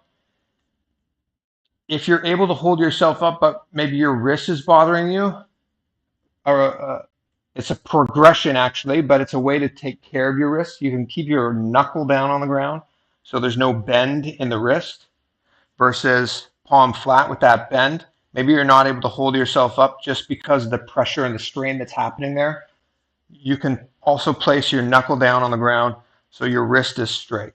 Okay? Again, the first thing to be aware of here is making sure that you're not causing stress or damage to your wrist. So make sure you're taking care of yourself with wherever you're at. Vashisthasana, a lot of us know this posture. We're going to cycle through this 3 times on each side. So it's going to be our shoulder workout today. Give yourself a good sweat by challenging yourself. Okay? So from a kneeling position, toes are tucked behind you. Let's all start with our left hand. Bring your left hand flat onto the ground, and the wrist should be stacked directly beneath the shoulder. So I don't have an extension here where I'm reaching my hand beyond my shoulder. You want to keep your shoulder right on top of your wrist. What that means is there's no muscle that needs to be engaged in holding me here because I've got that natural leverage and the weight distributed properly. Okay? With your right leg, extend it straight and bring the right foot flat onto the ground, facing 90 degrees away from you. I still have my left knee bent and my left toes tucked onto the ground. This may be the posture for you today. And from this position, you can play with how much weight is distributed onto your hand. So right now, I could actually hold this position, but keep no weight on my hand at all. Or I can press all of my weight down onto my hand and gently lift up my left knee. Okay, if you're able to lift up that left knee, there's no strain on the wrist, and you've got that balance or coordination, bring your left foot back behind you. And there's 2 ways of performing this. First, you can keep your back feet so they are toes behind and in alignment to one another. This keeps a further base, which means the balance becomes easier. Or if you want to engage your hips a little bit more, make it a little bit more challenging for the stability in your shoulder, stack your feet on top of one another. Wherever you're at, whether it's this position, the toes one in front of the other, or the inner knee down, the goal is to keep that left, or the right hip rather, raised up. So avoid letting that hip sink down, keep the hip up nice and high. And then see if you can bring your hand up straight up. And then to come out, bring the left knee down and bring the right foot towards the other and relax. Nicely done if you're able to hold that. Again, we're going to cycle through this 2 more times on that side, and we still got 3 times on the other. So give yourself that opportunity to rest if you need to, and stretch out the wrists as well. This time, our right hand is coming down onto the ground. Okay, so from a 4, I'm blanking here. From a position on all 4s. Right hand comes down onto the ground, wrist stacked beneath the shoulder. Extend the left foot out, keeping the foot flat on the ground, toes pointed away. You can keep your right knee down if you'd like, or if you're able to, extend that foot back and keep the toes either behind the heel or stack the feet. Open up your chest, rotate, and then try and keep the hips from sinking down, lifting them up. You'll notice that the obliques become more engaged here. And then the final piece, see if you can extend your arm straight up towards the ceiling. Turn your head and hold in Vashisthasana. And then release and coming down. Nicely done. So again, wherever you're at, whether it's with a knee down, the feet one in front of the other or the feet stacked. Make sure you're challenging yourself. Give yourself that opportunity to go to the next level. If your knee is down, maybe that means you're just distributing your weight a little bit differently. So it's more so on your wrist versus the knee. And maybe you're playing with trying to get your feet stacked on top of one another. Okay? So here's what we're going to do. This time we're going to rotate for the last two on either side.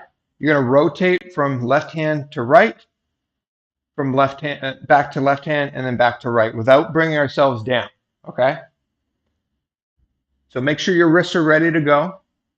This is the final part of today's sequence. So nicely done so far. We'll enjoy a good Shavasana after this. Just make sure that you're challenging yourself. You're trying to meet yourself at the boundary which previously existed.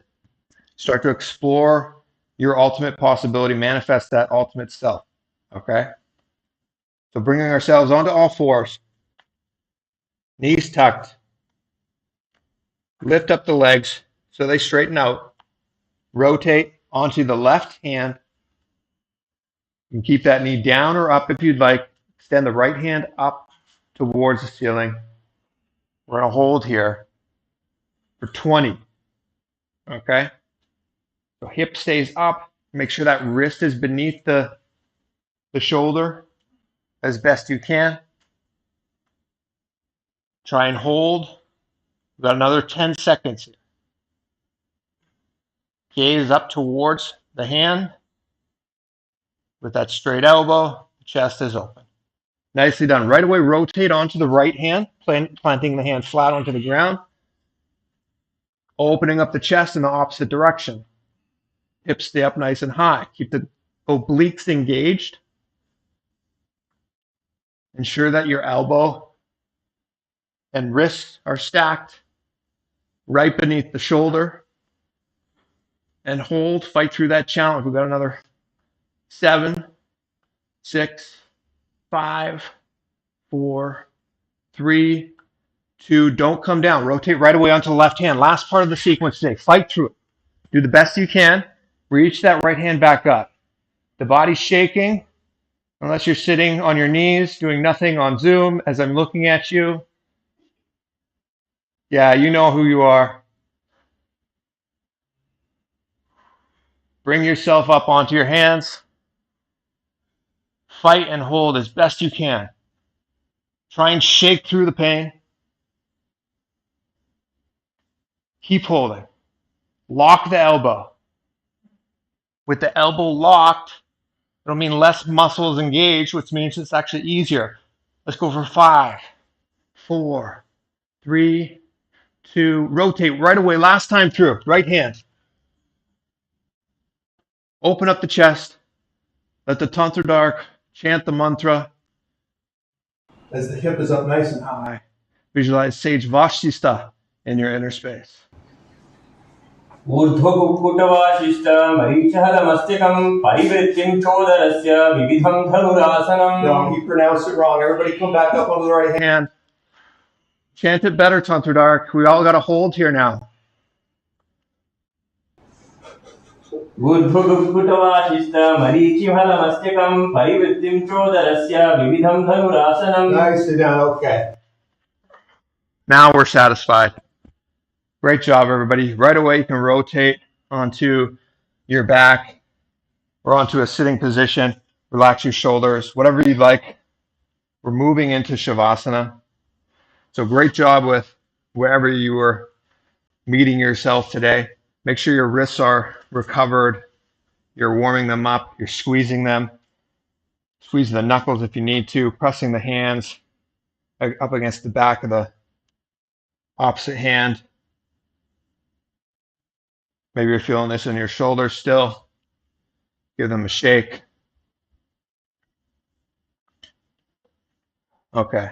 And then from this position, leaning onto our back, legs extended beneath you. Let the back of the head rest onto the ground.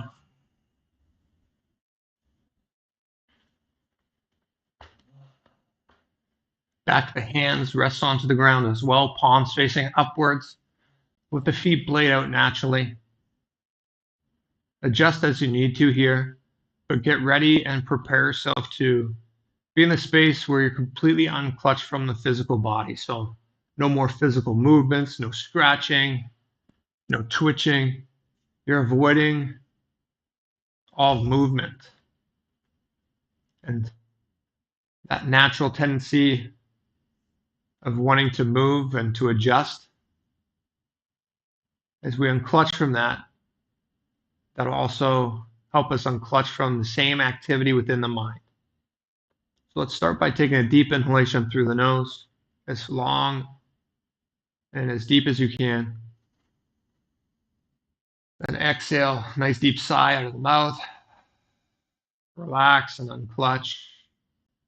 Disengage from the body. Let the shoulders relax, let the elbows relax. Again, one last final opportunity to adjust yourself as you need to, and then avoiding any and all movement moving forward. Take another deep inhalation through the nose. Fill up your lungs. Exhale. Nice long sigh out of the breath or out of the mouth, relaxing from the shoulders down. And then a final deep inhalation through your nose. Final deep sigh out of the mouth. Relax and unclutch further and further. From here, let the breath just breathe naturally with whatever pace and breathing pattern the body naturally goes through. Just allow that to happen. And while the body breathes, just bring your awareness to the crown of your head, relaxing and feeling the weight of your head sink deep into the mat. And let that sensation flow, that heaviness, that release of tension from the crown of your head to the shoulders, down through the backs of the arms, to the elbows, to the wrists. Let your body feel heavy as you unclutch further and further away from it. Let the upper body relax, the hips weigh down through the ground.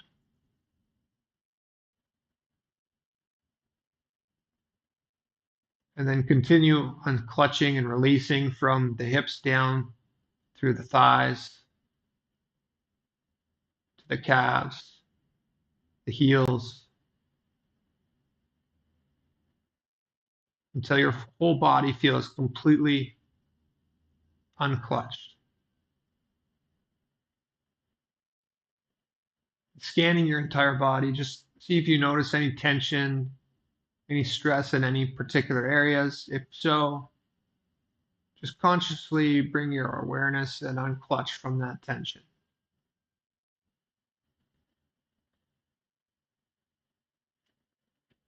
And we're going to engage one last time, Mula Bandha, pulling the Kundalini Shakti, whether with your visualization or you metaphysically feel it. Pull the Kundalini, the energy from the base of the spine all the way up through towards the crown of the head, piercing the 6 chakras. And then unclutch, completely relaxing, disengaging from the body in Shavasana.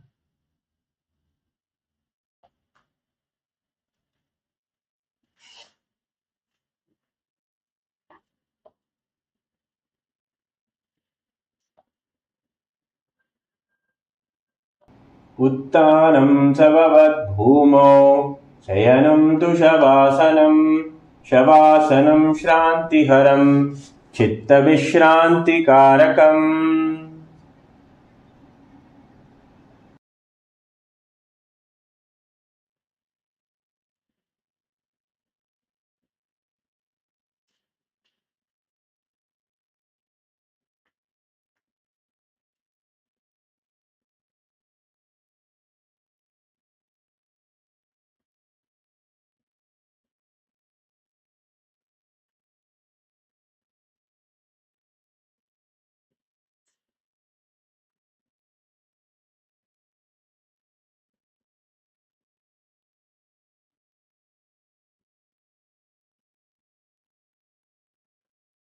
Good. And as we slowly start coming back into the body, do so by wiggling your fingertips and your toes, getting used to that physical sensation again, rotating your wrists and your ankles. And as you notice how light and refreshing you feel, start to bend your elbows and your knees. Bring your feet flat onto the ground. And start to pull one foot up, one knee up, and then the other towards the chest, gently squeezing them towards the upper body. And then lifting up the back of the head off the ground. Bring the forehead towards the knees. Squeeze yourself into a ball. Rock yourself back and forth, side to side.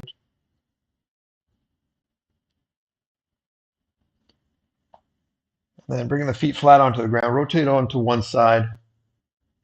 Pressing yourself up into a comfortable seated position. You can keep your eyes closed if you'd like. Bring your hands into Namaskara Mudra in front of the heart center. In this deep space of gratitude, bring Swamiji into your Anandaganda, into your visualization. Connect to him. Take a deep inhalation through the nose, and we'll close this Sakala Vinyasa Krama today, chanting the Purna Mantra. Om Purnamada Purnamidam Purnamudachyate Purnasya Purnamadaya Purnamevavashishyate Om Shanti Shanti Shanti Hari Om Tatsat Sarvam Bhagavat Sri Nithyananda Paramashiva Padukar Paramastu Om Nithyanandam. Nicely done, everybody. Great job. You were pushing yourself, exploring your possibilities today. Give yourself a round of applause. I know we were here in KAILASA. KAILASA's all over the world. Handful of us on Zoom that I've seen today as well, performing asanas that have never been performed or exploring their possibilities in ways that they have not yet. So great job. If you're following us on YouTube, I do encourage you to join us on Zoom so you can take advantage of the acharyas watching you on screen, giving you those cues and those tips. It's always helpful to have those extra set of eyes. And if you're, whether watching on YouTube or with us on Zoom, we are going to be moving and transitioning to the next part of today's morning routine, which is the puja. So we will be gathering back here in about 20 minutes. You can quickly grab your puja kit and come back and join us, melting into that deeper space of Bhava Samadhi, connecting to Swamiji. If not, enjoy the rest of your day. Thank you, everybody, for tuning in, and we look forward to seeing you tomorrow at the same Brahma Muhurta time, the same Brahma Muhurta place, in the Punya portal, in Kailasas all over the world.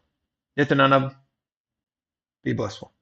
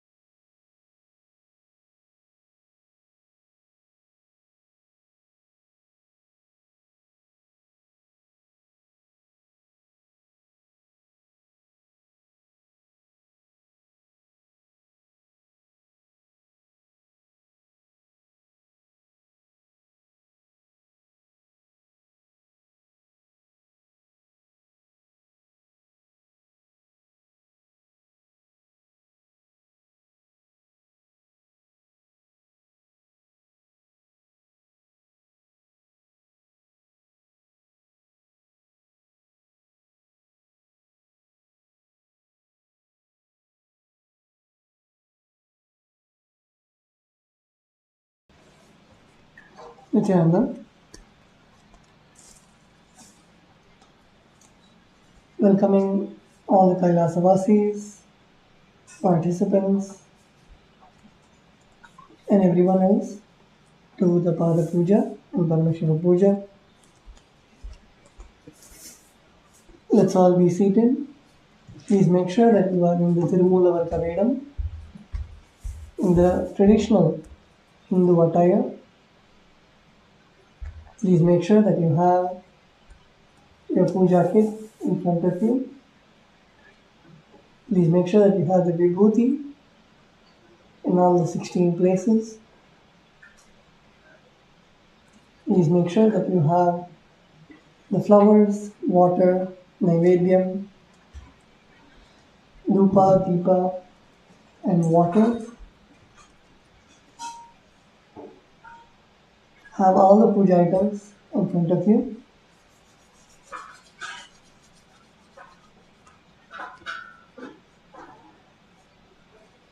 Get into a space of deep restful awareness.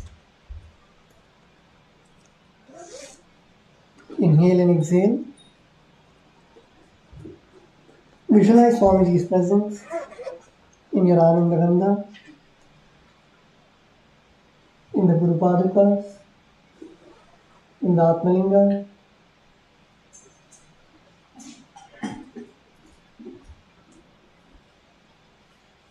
Get ready to offer your gratitude to Swamiji.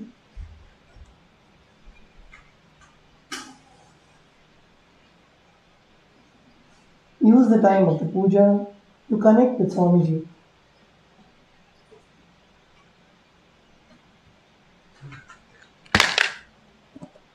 During the puja, establish that bhava, the feeling connection with the divine. Unclutch from any other thoughts that is happening in your inner space.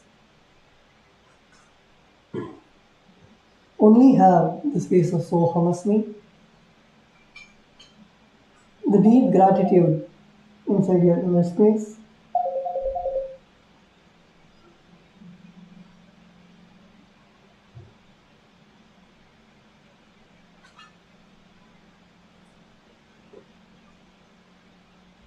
With that, let us now begin the Pada Puja with the declaration.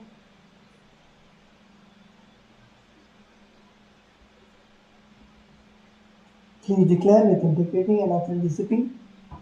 If you agree to this, please say yes loudly.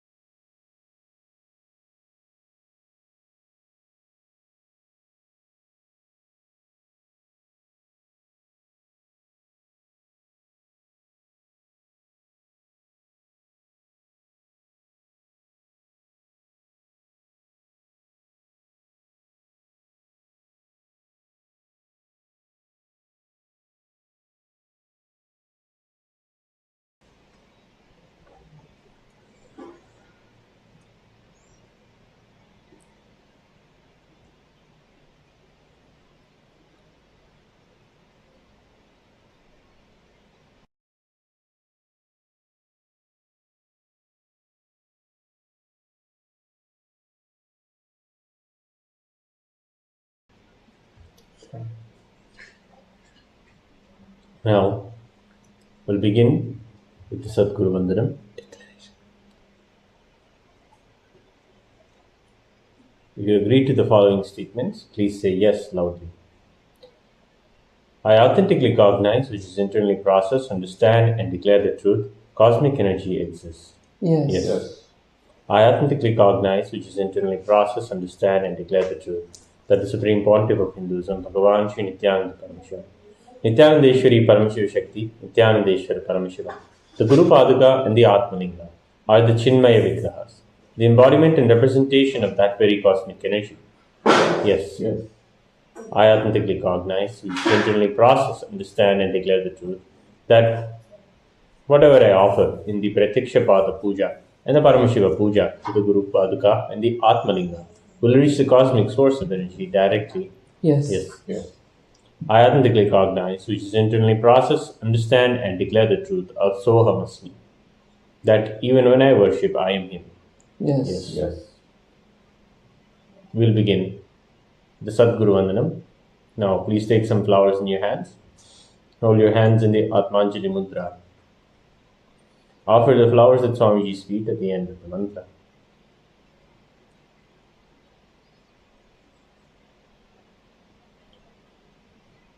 Nithyanandam Paramasukadam Kevalam Jnanamurtim Dvandvatitam Gagana Sadrisham Tattvamasyadilaksham Ekam Nityam Vimalamachalam Sarvadi Sakshibhutam Bhavaditam Trigunarahitam Sadgurum Tam Namami.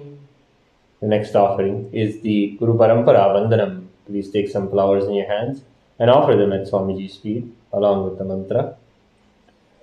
Nithyanandeshwara Paramashiva Samarambham Nithyanandeshwari Paramashiva Shakti Madhyamam Nithyananda Pariyantam Vande Guru Paramparam. The next is the Arunagiri Yogeshwara Vandanam, where we invoke Paramashiva himself, the Guru of our Guru, Parama Guru, Arunagiri Yogeshwara. Please take some flowers in your hands and offer them at the Guru Paduka at the end of the mantra. Lalate Tripundri Nijilatra Kasturi Tilakaha Spuranmaladhara Spuridakati Gaupina Vasanaha Dadano Dushtaram Shirasi Paniragam Shishikalam Pradeepa Sarvesham Arunagiri Yogi Vijayate. Next is the performing of the Tattvachmanam. With your right hand in the Gokarna Mudra, please take 3 sips of water as we chant the following 3 mantras. Om Atma Tattvam Shodhayami Svadha. Om Vidya Tattvam Shodhayami Svadha. Om Shiva Tattvam Shodhayami Svadha. Rinse your right hand, and at the base of your right hand thumb, wipe your lips from right to left twice. Om Ham Hridayaya Namaha. Rinse your right hand again.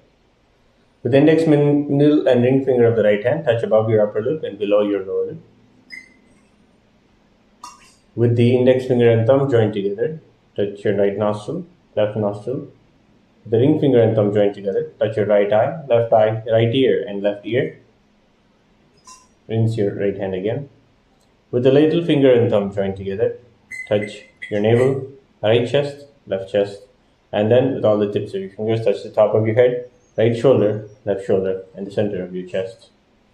Rinse your hand finally. Now, we'll invoke the presence of Mahaganapati, the embodiment of spontaneous completion celebration.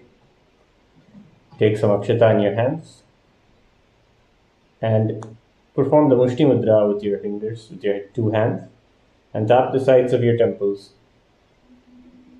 5 times as we chant the following mantra. Shuklam Bharadaram Vishnum Shashivarnam Chaturbhujam Prasannavadanam Dhyayet Sarvavighnopashantayet. We'll now perform pranayama with your continuing to hold the akshata in your fingers. Close your right nostril with your thumb and inhale through the left nostril. Close both your nostrils with your ring finger and thumb and hold your breath. Closing your left nostril with your ring finger, exhale. While you do this 3 steps of pranayama, we'll be chanting the Samhitanam mantras 3 times. Please begin. Om Hom Ishana Murtaya Namaha, Om Hem Dadpurishavaktiraya Namaha, Om Hum Magaridaya Namaha, Om Him Vamadevakya Namaha, Om Ham Satyajata Murtaya Namaha, Om Ham Hridaya Namaha, Om Him Shirsaya Namaha, Om Hum Shika Namaha, Om Hem Kavcha Namaha, Om Netrebhyo Namaha, Om Mahastraya Namaha, Om home ईशानमूर्ताय नमः। ओम ह्रीं तत्पुरुषवक्त्राय नमः। ओम home गौरदेयाय नमः। ओम ह्रीं वामदेव्याय नमः। ओम हम सज्जोजातमूर्तये नमः। ओम आमृतेयाय नमः। ओम ह्रीं शीर्षे नमः। ओम हुं शिखाय नमः। ओम ह्रीं कवचाय नमः। ओम नेत्रेभ्यो नमः। ओम अस्त्राय नमः। ओम होम ईशानमूर्ताय नमः। ओम ह्रीं तत्पुरुषवक्त्राय नमः। ओम होम गौरदेयाय नमः। ओम ह्रीं वामदेव्याय नमः। ओम हम सज्जोजातमूर्तये नमः। ओम आमृतेयाय नमः। ओम ह्रीं शीर्षे नमः। ओम हुं शिखाय नमः। ओम ह्रीं कवचाय नमः। ओम नेत्रेभ्यो नमः। ओम अस्त्राय नमः। Now we will chant the Sankalpa Mantra.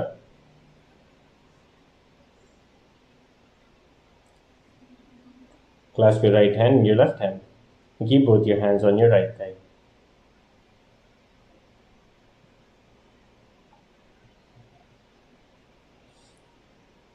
Take the conscious resolution to manifest all the auspicious blessings from this puja.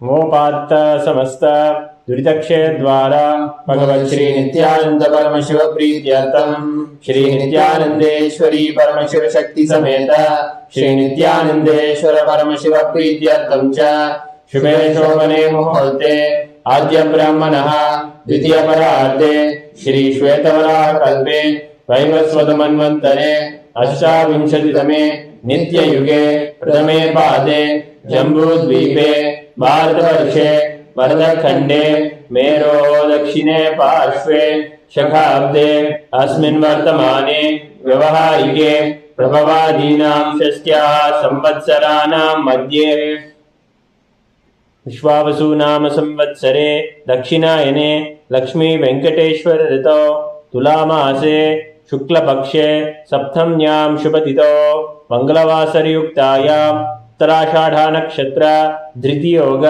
गरजकर्ण एवं गुणविशेषण विशिष्टायाम् अस्यां शुभतिथौ श्री कैलासोन्नत द्वादशांत श्यामला पीठारूढ़ श्री मीनाक्षी सुंदरेश्वरा पिंड स्वरूप परशिवपुत्र रत्नकुमार गुरुमन्यवतार श्री पार्वती स्तन्यपान लब्ध दिव्य ज्ञान विश्रुत सकल निगमागम सारभूत द्राविड वेद प्रवक्त्रे श्रीमद् परम शिव करुणा समधिगत मुक्तामय चतुरश्रयान कीयमान छत्र चामर श्री चिन्ह कालादि समस्त बिरला वल्यलंकृत ज्ञान विज्ञान चक्रवर्ती सर्वजन संग सत्यो निर्वाण दीक्षा व्यापवर्त वर्ष विश्रान जीमूत परमद कलमकेसरी शैव सिद्धांत स्थापनाचार्य श्री राजाधिराज पांड्य महाराज गुरु शमन शाख्यादि मानंदकार निवारण ज्ञान भानु वीक्षणा नरार रुद्रोच्छेदन पूर्वक श्रीमद् वृषभध्वज स्थापक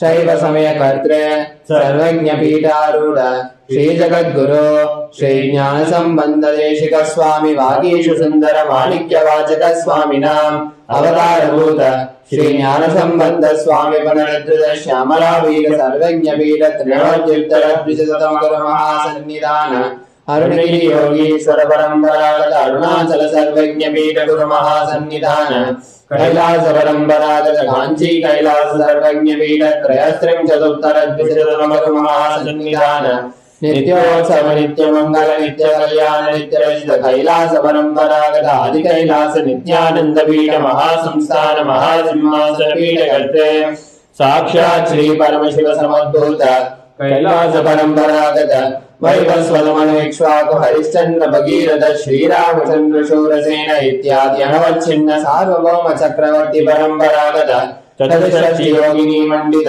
चतुष्षष्टि संप्रदाय प्रवर्तक मनुधर्म शासन सूर्य वंश प्राप्त सर्वज्ञ पीठ सुरांगी साम्राज्य मुद्राभिषिक्त चूड़ामणे साक्षात् श्री परम शिव समुद्भूत कपिल महागुरु पुनरुद्धृत महानिर्वाणी पीठ अष्टोत्तर सहस्र श्री महामंडलेश्वर साक्षात् श्री परम शिव समुद्भूत श्री महागणपति समारंभ अनवच्छिन्न पीठाधीश्वर गुरु परंपरा प्राप्त अटल पीठ अष्टोत्तर सहस्र श्री अटल पीठाधीश्वर धर्म मुक्ति स्वर्ग पुर स्वर्ण पीठ त्रयोविंश गुरु महासन्निधान कैलास परंपरागत आदिपीठ सर्वज्ञपीठ जगद्गुरो श्री कैलास पुनरुद्धारक श्री कैलास परमाचार्य श्रीमद् परमहंस परिव्राजकाचार्य वर्य सच्चिदानंद प्रणव स्वरूप श्रोत्रिय ब्रह्मनिष्ठ श्रीमद् जगद्गुरु श्री भगवत् श्री नित्यानंद परम शिव श्री ज्ञान संबंध देशिक परमाचार्य स्वामिनां प्रीत्यर्थम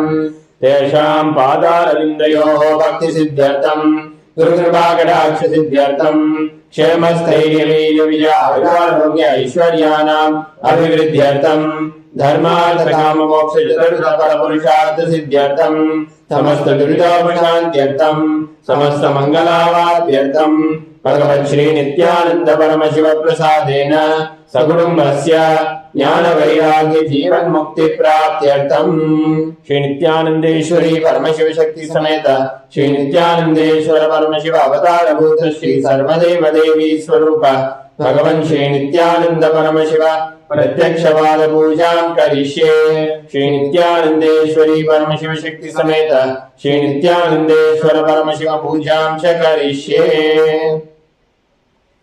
ओम अवुवस्पृश्य. Drop the akshata on your right side and rinse your hand with an ocean of water. We will now offer the Manasa Puja, that is the internal worship.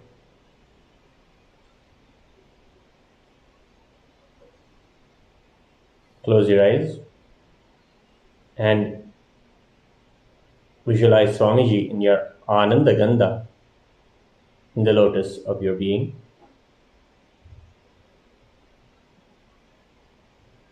And surrender to him every part of your being during this Manasa Puja. Share with him the various qualities you have,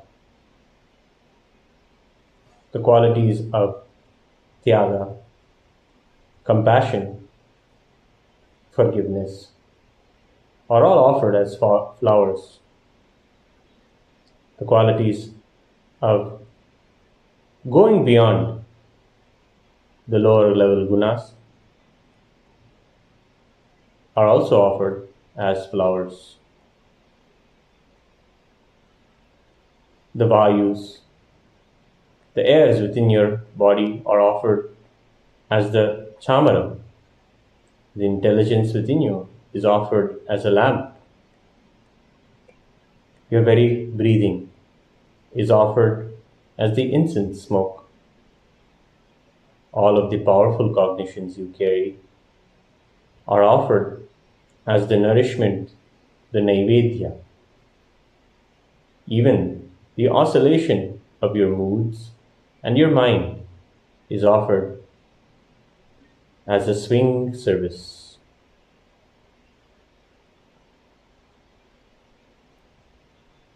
Let us begin. Hold a flower in your hands and hold your hands in the Kurma Mudra. Offer the flower at Swamiji's feet at the end of the mantra.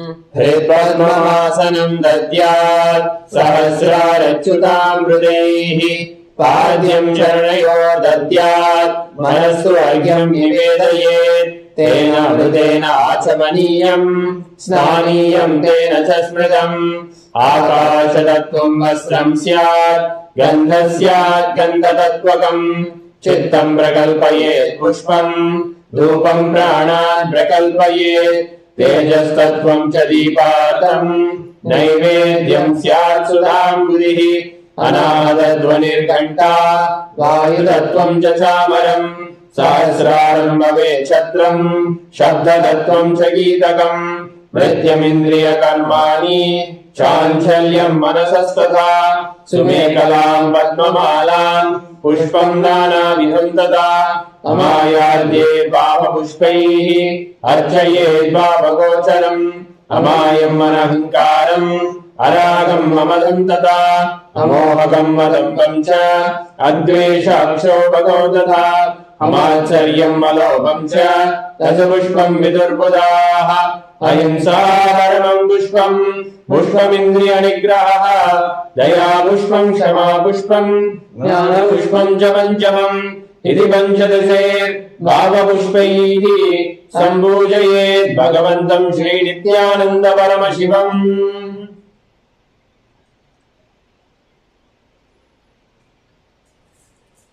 We will now begin the Upachara Puja, the external worship. First is the offering of asanam, the offering of seat. Please take some akshata in your hands.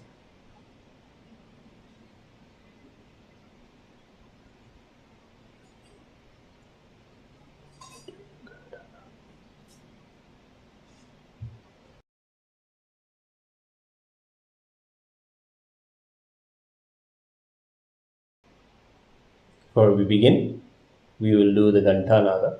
Please take the bell in your hands and ring the bell loudly along with the mantra, invoking the presence of all the devas and revoking the presence of any negative energies. Om Agamadantu Devanada Svanalanjanam Ganta Devadabhyo Namaha. The first offering is asanam. Now please take some akshata in your hands and offer them at the Guru Padaka at the end of the mantra.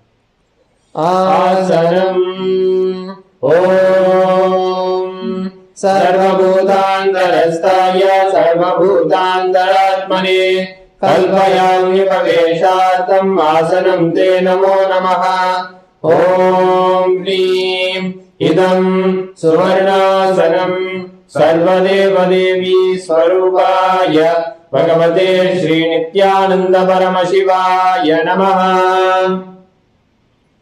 The next offering is Swagatam, welcoming the Master. Please take some flowers and welcome Swamiji. Along with the mantra, offer the flowers at the end of the mantra. Swagatam Om Shandadvat Sarvakartritva Bahot Paratikaranat Shivokto Mahatantra Mantra Vidvis Sada Shivaha Tasmai Shivaya Gurave Vitaragakalaya Vai Ameyatvat Anantoyam Vachatvat Pragiditaha Yasya Darshanamichanti Deva Swabhita Siddhaye Tasmai De Parameshana Swagatam Swagatam Prabho Adya me sabalam janma jivanam sabala kriyaah Swagatam yatvaya me tapasam paramagatam. Om Hrim Sarvadeva Devi Swarupa Bhagavan Shri Nithyananda Paramashiva Swagatam Suswagatam Te. The next is the offering of Padyam, the offering of water to wash the feet of Swamiji. Now please take an udhrani of water and offer it at Swamiji's feet along with the mantra. Padyam Om Yad Bhaktilesha Samparkat Paramananda Samplavaha Tasmai Te Parameshana Padyam Shuddhaya Kalpayet. Om Hrim Etat Padyam Sarvadeva Devi Swarupaya Bhagavate Shri Nithyananda Paramashivaya Namaha. The next is the offering of Arghya, the offering of the traditional bouquet. Please take the conch that is having the akshata, bilwa leaf, dhruva grass, the flower, and a rice pellet filled with water, and some sandalwood paste. Offer it at Swamiji's feet along with the mantra. Arghyaha Om Durvakshata Samayuktam Bilvapatram Tadhaparam Shobhanam Shankavatrastam Grahana Argyam Maheshwara. Om Hrim Esho Argyaha Sarvadeva Devi Swarupaya Bhagavate Shri Nithyananda Paramashivaya Swaha. The next is the offering of Achamaniya, the offering of water for cleansing the hands and the mouth. Please take an udhrani of water and offer it at Swamiji's feet at the end of the mantra. Achamaniyam Om मन्दाकिन्यास्तु यद्वारि सर्वपापहरं शुभं ग्रहाणाचमनीयं त्वं मया भक्त्या निवेदितम् ॐ ह्रीं इदम् आचमनीयोदकं सर्वदेवदेवी स्वरूपाय भगवते श्रीनित्यानन्द परमशिवाय स्वधा. The next is the offering of Madhubarka, the offering of the nectarine drink. Now please take the Madhubarka in your hands and offer it at Swamiji's feet at the end of the mantra. Madhubarkaha Om Sarvakalmashanashaya Paripurnasudhatmakam Madhubarkamimam Deva Kalpayami Prasidame Om Bhrim Esha Madhubarkaha सर्वदेवदेवी स्वरूपाय भगवते श्रीनित्यानन्द परमशिवाय स्वधा. The next is the offering of the Gandha-telam, the offering of the scented oil. Please take the Gandha-telam in your hands and offer it at Swamiji's feet at the end of the mantra. Gandha-telam Om Sneham grahana snehena lokanam hitakaraka सर्वलोकेषु शुद्धस्त्वं ददामि स्नेहमुत्तमम् ॐ ह्रीं इदं गन्धतैलं सर्वदेवदेवी स्वरूपाय भगवते श्रीनित्यानन्द परमशिवाय निवेदयामि.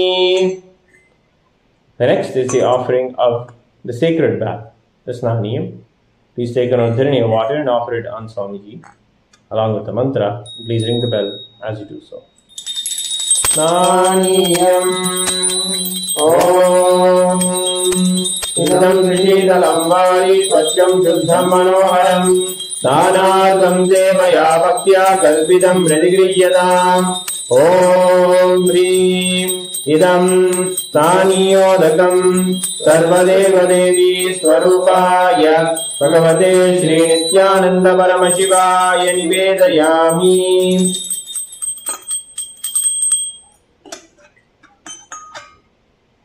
Next is the offering of vastram, the offering of clothing. Please take the vastram and hover a flower around it. Offer that vastram at Swamiji's feet along with the mantra. Vastram Om Maya Chitrapata Channa Nijaguhyurudejase Niravarna Vijnaya Vasaste Kalpayamyaham Om Hrim Idam Vastrottariyam Sarvadevadevi Swarupaya Bhagavate Shri Nithyananda Paramashivaya Nivedayami. The next is the offering of Abharanam, the offering of jewelry. Now, please take the Abharanam in your hands and offer it at Swamiji's feet along with the mantra. Abharanam Om Svabhava Sundarangaya Nana Shaktyashayayate Suvarnam Bhushanam Tubhyam Kalpayami Prasidame Om Hrim Idam Suvarnabharanam Sarvadevadevi Swarupaya Bhagavate Shri Nithyananda Paramashivaya Nivedayami. The next is the offering of Gandha, the offering of the sandalwood paste. Now, please take some sandalwood paste in your hands and offer it at Swamiji's feet along with the mantra. Gandha Om Shariram Dena Janami Cheshtam Naiva Cha Naiva Cha Maya Niveditan Gandhan Pradigrihya Vilipyatam Om Hrim Esha Gandha Sarvadevadevi Swarupaya Bhagavate Shri Nithyananda Paramashivaya Namaha. Next is the offering of Pushpa, the offering of the fragrant flowers. Please take the flowers smeared with sandalwood paste in your hands and offer them at Swamiji's feet along with the mantra. Pushpam Om Turiyavana Sampannam Nana Gunamanoharam Ananda Sauravam Pushpam Grihyatam Idamuttamam Om Hrim एतानि सचन्दनपुष्पाणि सर्वदेवदेवी स्वरूपाय भगवते Shri Nityananda परमशिवाय भौषट्. The next is the offering of Bilvavatram. Now please take the Bilva leaves made with sandalwood paste in your hands and offer them at Swamiji's feet along with the mantra. Bilvabhadram Om Amrutodhavam Shri Vriksham Shankarasya Sada Priyam Bilvabhadram Prayachami Pavitram Te Sureshwara Om Hrim Etani Sachandana Bilvavatrani Sarvadeva Devi Swarupaya Bhagavate Shri Nityananda Paramashivaya Bhaushat. Tulasi Vatram. We'll take the tulasi leaves in your hands and smear them with sandalwood paste. Offer them at Swamiji's feet along with the mantra. Tulasi Vatram Om Namaste Vaurupaya Vadamurtaye Paramatmane Swaha. Om Hrim Priyantam Sajandra Tulasi Patram Sarvadeva Devi Swarupaya Bhagavate Shri Nityananda Paramashivaya Namaha. The next offering is Dhupa, the offering of the lit incense. Please take the lit incense sticks in your hands and slowly wave them towards Swamiji along with the mantra, and please ring the bell as you do so. Dhupaha Om Vanaspatiraso Divya Gandhadhyasu Manoharaha Agreya Sarvadevanam Dhupoyam Vidivijyadam. Om Hrim Esha Dhupaha Sarvadeva Devi Swarupaya Bhagavate Shri Nityananda Paramashivaya Namaha. The next is the offering of Deepa, the offering of the lit lamp. Please take the lit lamp in your hands and slowly wave it towards Swamiji along with the mantra. Please ring the bell as you do so. Deepaha Om Suprakajo Mahadivaha Sarvadaktimiravaha Samagyabhyantarajote Deepoyam Pradivijyadam. Om Hrim Esha Deepaha Sarvadeva Devi Swarupaya Bhagavate Shri Nityananda Paramashivaya Namaha. The next is the offering of Naivedya, the offering of food. Please take an udhrani of water, hover it around the Naivedya, and offer the water at Swamiji's feet along with the mantra. Please ring the bell as you do so. Naivedyam Om Naivedyam Vividam Deva Shakkaradivedam Maya Nivedam Bhaktya Grahana Parameshwara. Om Hrim Idam Somakarna Naivedyam Sarvadeva Devi Swarupaya Bhagavate Shri Nityananda Paramashivaya Nivedayami. The next offering is Paniyam, the offering of drinking water. Please take the udhrani of water and offer it at Swamiji's feet along with the mantra. Punara Paniyam Om Samastadeva Devesha Sarvadriptikaram Param Akandananda Samburnam Grahana Jalamuttamam. Om Hrim Idam Anatodakam Sarvadeva Devi Swarupaya Bhagavate Shri Nityananda Paramashivaya Namaha. The next is the offering Punarashmani, the offering of water to rinsing the hands and the mouth. Now, please take an udhrani of water and offer it at Swamiji's feet along with the mantra. Punarachamaniyam Om Ujjishnamabhya Suchirva Yasya Smaranamakrataha Shuddhimatnodi Rasmaite Punarachamaniyakam.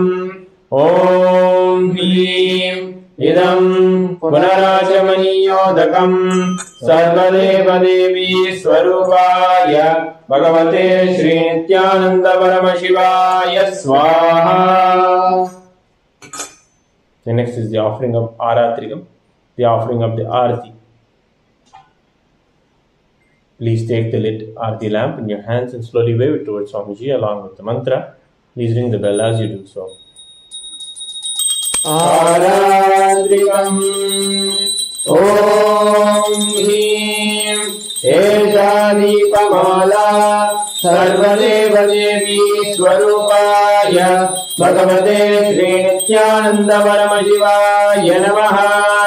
Om Sangrahanye Syayajate Himanjalagum Sangranhanite Svadasharatnirasana Bhavati Svadashamasa Samvatsaraha Samvatsarameva Varunde Maunje Bhavati Urdhvayamunjaha Urjameva Varunde Chitranakshatram Bhavati Chitram va etat karma Karpuragauram Karunavataram Samsarasaram Bhujagendraram Sada Vadantam Hridayaravinde Bhavam Bhavani Saitam Namami Bhavam Bhavani Saitam Namami Bhavam Bhavani Saitam Namami.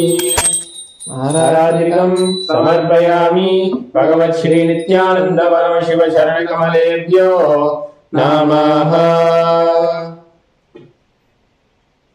The next is Pushpanjali. Please take the flowers in your hands and hold them in the Anjali Mudra. Offer your gratitude to Swamiji. Pushpanjali Guru Brahma Guru Vishnu Guru Devo Maheshwara Guru Sakshat Param Brahma Tasmai Shri Gurave Namaha. Akanda Mandalakaram Vyaptam Yena Characharam Tatpadam Darshitam Yena Tasmai Shri Gurave Namaha. Ajnana Divinandasya Jnananjana Shalakaya Chakshurunmilitam Yena Tasmai Shri Gurave Namaha. Aneka Janma Samprapta Karma Bandha Vidayine Atmanyana Pradhanena Tasmai Shri Gurave Namaha. Mannada Sri Jagannatho Madguru Sri Jagadguru Mamatma Sarvabhutatma Tasmai Shri Gurave Namaha. Ishvaro Gururatneti Murtibheda Vibhagine Vyomavadyapta Dehaya Dakshinamurtaye Namaha.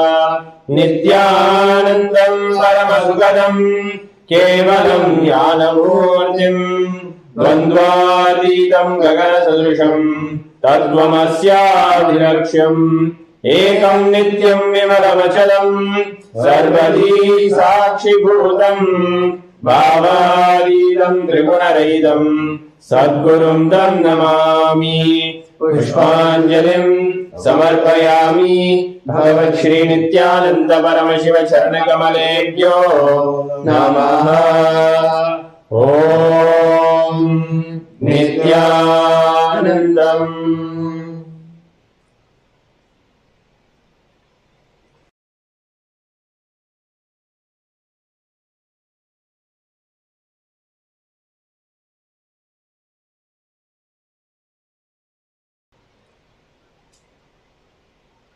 Next, we'll be entering into the Paramashiva Puja, offering our worship to Bhagavan Paramashiva. Let's begin with the Tattva Achmanam. Please bring your hands into the Gokarna Mudra, pour mudrini of water in your hands and drink the water at the end of the mantra. Om Atmadattvam Shodayami Svada. Om Vidyadattvam Shodayami Svada. Om Shivadattvam Shodayami Svada. Rinse your hands. Now the base of your right hand thumb, wipe the upper and lower lip from right to left. Om Ham Hridayaya Namaha. Rinse your hands. With the index, middle and ring fingers touch above the upper lip, below the lower lip. Once again rinse your hands. Next with the index finger and thumb touch the right nostril, the left nostril. With the ring finger and thumb touch the right eye, right ear, left ear. Once again, rinse your hands. Next, with the little finger and thumb, touch the navel, the right chest, the left chest, and with all fingertips touch above the head, the right shoulder, left shoulder, and heart center. Once again, rinse your hands. Next, we'll be entering into the Sakala Karnam, which is the process where we invoke Paramashiva's energy in the various different parts of our body to completely embody him. So first, let's bring our hands into a Namaskar Mudra and open your palms. Using your left hand, wipe the front and back of the right hand once, and using the right hand, wipe the front and back of the left hand twice. Om Hastraya Namaha. Bring your hands into a Namaskar Mudra in front of your third eye. Shaktaye Vaushate. Open your hands, open your palms facing you, and with the tip of your thumb, slide your thumb over each of the following fingers, starting from the little finger. Om Ham Satyo Jatamotaye Namaha. Your ring finger. Om Him Vamadeva Guhyaya Namaha. Your middle finger. Om Hum Agar Hridayaya Namaha. Your index finger. Om Him Tatpurushavaktraya Namaha. Now using your index finger, slide your index finger over the thumb from top to bottom. Om Hum Ishanamurtaya Namaha. Now touch the center of your palm with your thumb. Om Ham Hom Vidyadehaya Namaha. Open your thumbs and bring the index, middle and ring fingers of both your hands to the center of the palm. Om Hom Netrebhyo Namaha. Open your fingers and touch the thumbs back to the center of the palm. Om Ham Hom Shivaya Namaha. Now using your thumb, slide your thumb over the little finger, the following fingers, starting with the little finger. Om Ham Hridayaya Namaha. Your ring finger. Om Him Shirase Namaha. Your middle finger. Om Hum Shikaye Namaha. Now your index finger. Om Haim Kavachaya Namaha. Now using your index finger, slide your index finger from the top to bottom of the thumb. Om Hastraya Namaha. Now bring your hands into a fist and rotate them once around each other. Om Haim Kavachaya Hum. Bring your hands into a Namaskara Mudra in front of your third eye. Om Ham Shivaya Vaushate. Open your palms facing you and touch the center of the palms. Om Ham Om Shivaya Namaha. Now with your ring finger and thumb, touch your heart center.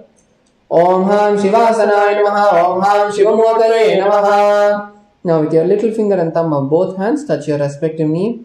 Om Ham Satyojatamotaye Namaha. With your ring finger and thumb of your right hand, touch your navel.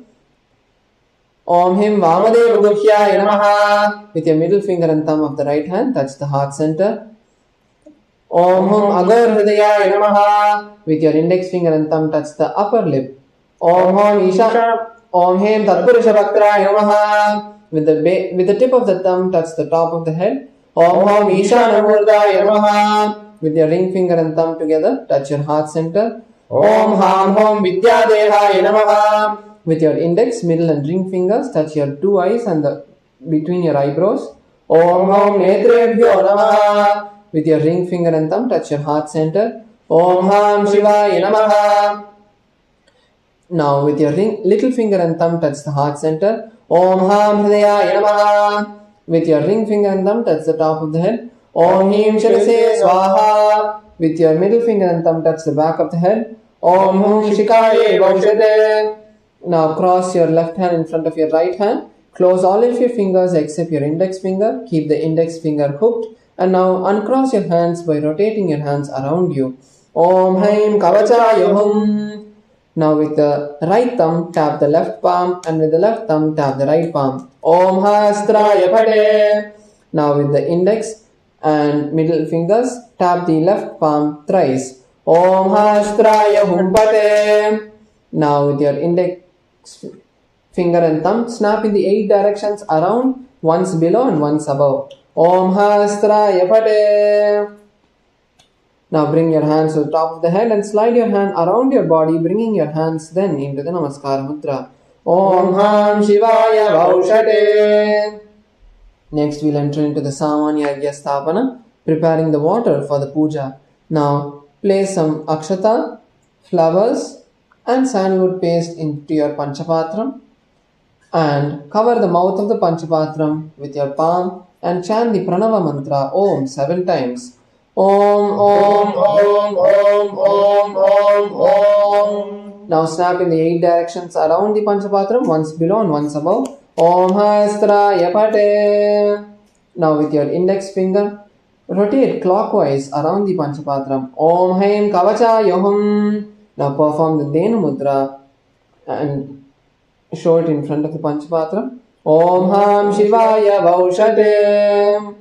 Next, we'll enter into the Avahanam, the invocation of Paramashiva. Now first take a few akshata and offer it at Paramashiva's feet. Om Ham Shivasanaya Namaha. Next, we'll be chanting the Dhyana Shloka, the invocation mantra of Paramashiva, which is the mantra that verbally represents Paramashiva. Now please take a few flowers in your hands, close your eyes and visualize Paramashiva along with Devi Paramashiva Shakti in your inner space as we chant the following mantra. Lalate Tripundre Nityakasturi Tilakaha Swaranmala Dharaspurita Katikopi Navasanaha Tadano Dushtaram Shirasi Vanirajum Shashikaram Pradeepa Sarvesham Marunagiri Yogi Vijayate Induni Vavancham Kahasta Dashayuktam Shulamrikatankam Sivajyam Vayam Syat Pashavaradangushamani Jvalanamame Shweta Kamalasana Sadashiva Swarupam. Now offer the flower at Paramashiva's feet. Om Ham Shivamurtaye Namaha. Now bring your hands into the Namaskar Mudra. Om Ham Om Shivaya Namaha. Shri Nithyanandeshwari Paramashiva Shakti Sameta Shri Nithyanandeshwara Paramashivaya Namaha. Dhyayami Avahayami. Now we'll be showing the various Avahanadi Mudras, the invocation gestures to Paramashiva, requesting him to be seated and receive our worship. Now please open your palms facing up with the thumbs touching the center of the palm. Om Ham Shivaya Namaha Ityavahana Mudram Pradashya. Now bring your palms facing downward. Sthapana. Bring your hands into a fist with the thumbs up. Sannidhana. Bring the thumbs inside the fist. Nishtara Mudram Pradashya. Now interlace your fingers inside out with the thumbs pointed up. Astraya Humpati the Kalakanti Mudram Pradashya. Now hold your left thumb with your right hand and cover your right fingers with your left fingers and keep your right thumb pointed up. Om Ham Shivaya Namaha iti Linga Mudram. Now bring your hands into the Namaskara. Namaskara Mudram. Now with the Avakuntana Mudra, rotate clockwise around the Atmalinga. Om Haim Kavachaya Hum iti Avakuntana Mudram cha Pradashya. Next we'll enter into the Upachara Puja, the external worship. Now please take a few akshata and offer it at Paramashiva's feet. Om Ham Om Shivaya Namaha. Shri Nithyanandeshwari Paramashiva Shakti Sameta Shri Nithyanandeshwara Paramashivaya Namaha. Asanam Samarpayami. Next is the offering of water, the Padya, Achaman and Arghya. Now please take an udharani of water, show to the base of the Atmalinga and pour it into the Achana Patra. Om Ham Shivaya Namaha. Take another udharani of water, show to the middle of the Atmalinga and pour it into the Achamana Patra. Om Ham Shivaya Swadha. Take another udharani of water, show it to the top of the Atmalinga and pour it into the Achamana Patra. Om Ham Shivaya Swaha. Shri Nithyanandeshwari Paramashiva Shakti Sameta Shri Nithyanandeshwara Paramashivaya Namaha. Padyachamanargyam Dattvat. The next is the offering of Snaniyam, the sacred bath. Please take some water in your hands in the uddarani and offer the water onto Paramashiva along with the mantra, and please ring the bell as you do so. Om Ham Om Shivaya Namaha. Shri Nithyanandeshwari Paramashiva Shakti Sameta Shri Nithyanandeshwara Paramashivaya Namaha. Snanam Samarpayami. Take another uddarani of water, show to the mouth of Paramashiva and pour it into the Achana Patra. Om Ham Shivaya Swadha. The next is the offering of Vastram, this clothes and the jewelry. Now please take some akshata in your hands, hold it clockwise around the Vastram and offer it at Paramashiva's feet along with the mantra. Om Ham Om Shivaya Namaha. Shri Nithyanandeshwari Paramashiva Shakti Sameta Shri Nithyanandeshwara Paramashivaya Namaha. Vastra Yajnavavika Uttariyavarnatam Akshatan Samarpayami. The next is the offering of sandalwood paste and kumkum. Now please take some sandalwood paste and offer it on the Atmalinga and offer the kumkum on top of the sandalwood paste. Om Ham Om Shivaya Namaha. Shri Nithyanandeshwari Paramashiva Shakti Sameta Shri Nithyanandeshwara Paramaşivaya Namaha. Gandhandarayami Gandhasyopari Haridra Kumkuma Chornam Samarpayami. The next is the offering of the Ashtapushpa Puja. Each time the word Namaha is chanted, offer a flower at Paramashiva's feet.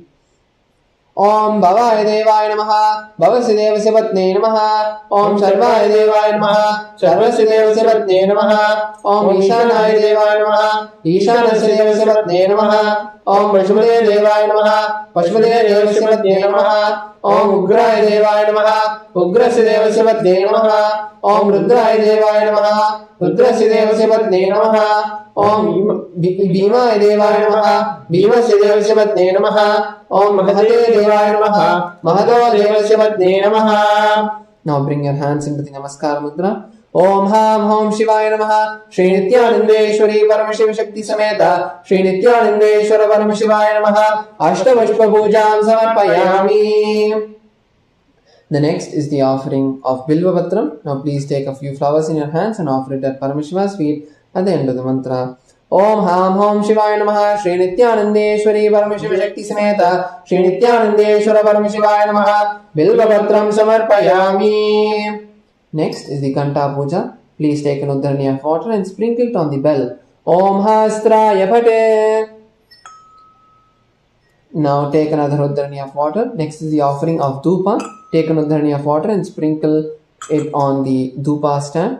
Om Hastraya Pate.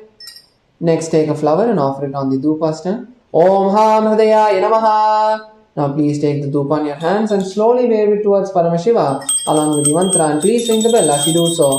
Om Durasidor Vadur Bandam Dur Vadayos Man Dur Vadidam Dur Vayam Vayam Dur Vasudam Devanam Jidasnidamam Papridamam Jashkadamam Varnitamam Devarutam Amritamasi Hagatanam Trigum Masyamagwa Mitrasya Swadakshya Prekshya Mavirmasam Miktavattvayum Shishum. Om Ham Om Shivaya Namaha. Shri Nithyanandeshwari Paramashivya Shakti Sameta Shri Nithyanandeshwara Paramashivaya Namaha. Dhupam Agrapayami. Now take an Udharani of water, show it to Paramashiva's mouth and offer it into the Achmana Patra. Om Ham Shivaya Swada. Next is the offering of Deepa. Take an Udharani of water and sprinkle it on the Deepa. Om Astraya Pate. Offer a flower on the Deepa. Om Ham Hridayaya Namaha. Now please take the Deepa in your hands and slowly wave it towards Paramashiva, and please ring the bell as you do so. Om Uddivya Swajata Vedo Bhagmendra Trimama Pashukashya Makyama Bhativam Jadishvarisha Manoigam Jejata Vedo Kamashvambar Sanjagade Abhibhritagnagai Shyama Paripataya. Om Ham Om Shivaya Namaha. Shri Nithyanandeshwari Paramashiva Shakti Sameta Shri Nithyanandeshwara Paramashivaya Namaha. Deepam Darshayami. Now please take an Udharani of water, show to the mouth of the Atmalinga and pour it into the Achmana Patra. Om Ham Shivaya Swada. The next is the offering of Naivedyam. Please take an Udharani of water and sprinkle it on the Naivedyam. Om Hasraya Pate. The next is the offering.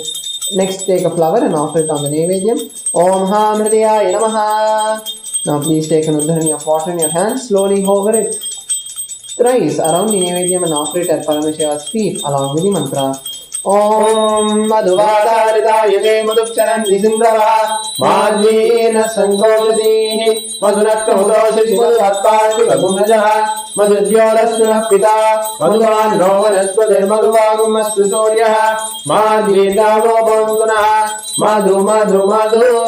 Om Ham Om Shivaya Namaha. Shri Nithyanandeshwari Paramashivya Shakti Sameta Shri Nithyanandeshwara Paramashivaya Namaha. Naivedyam Nivedayami. Now please take an Udharani of water, show to the mouth of the Atmalinga and pour it into the Achmana Patra. Om Ham Shivaya Swada. Next is the offering of Tambulam. Please take a few Akshata in your hand and offer it at Paramashiva's feet at the end of the mantra. Om Ham Om Shivaya Namaha. Shri Nithyanandeshwari Paramashivya Shakti Sameta Shri Nithyanandeshwara Paramashivaya Namaha. Tambulam Samarpayami.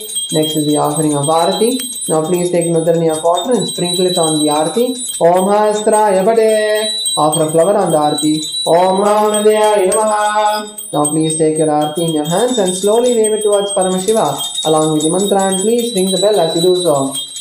ॐ सोमो वा एतस्य राज्यमादत्ते यो राजादं राज्यो वादो मे नेदते हे वसुवामेतानि हवीकं विभाङ्गि ये तावन्तो वै देवानागुं सवाः तैवास्मै त्वान् प्रेक्षन्ति तैनं पुनस्सुवन्ते राज्याय देवसुराजा भवति नदृतोयवाविनतन्द्रतारकं नेमा विद्युतो भान्तियुतोऽयमग्निः समानभान्तमनुभाति सर्वं तस्य राजा सर्वमिदं विभाति कर्पूरगौरं करुणावतारं संसारसारं भुजगेन्द्रहारं सदा वसन्तं हृदयानन्दे भवं भवानी सहितं नमामि त्वं भवानी सहितं नमामि त्वं भवानी सहितं Namami.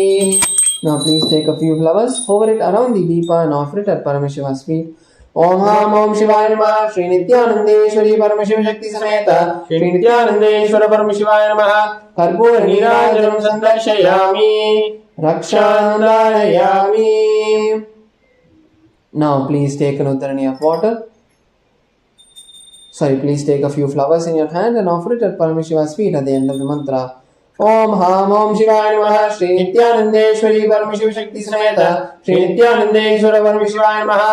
Pushpanjalim Samarpayami. The next is the Gayatri Mantra Japa. Now please take your Yajnapavita with your right hand, hold it with your thumb and chant the Gayatri Mantra 11 times internally. Make sure to cover your hand while holding the Yajnapavita.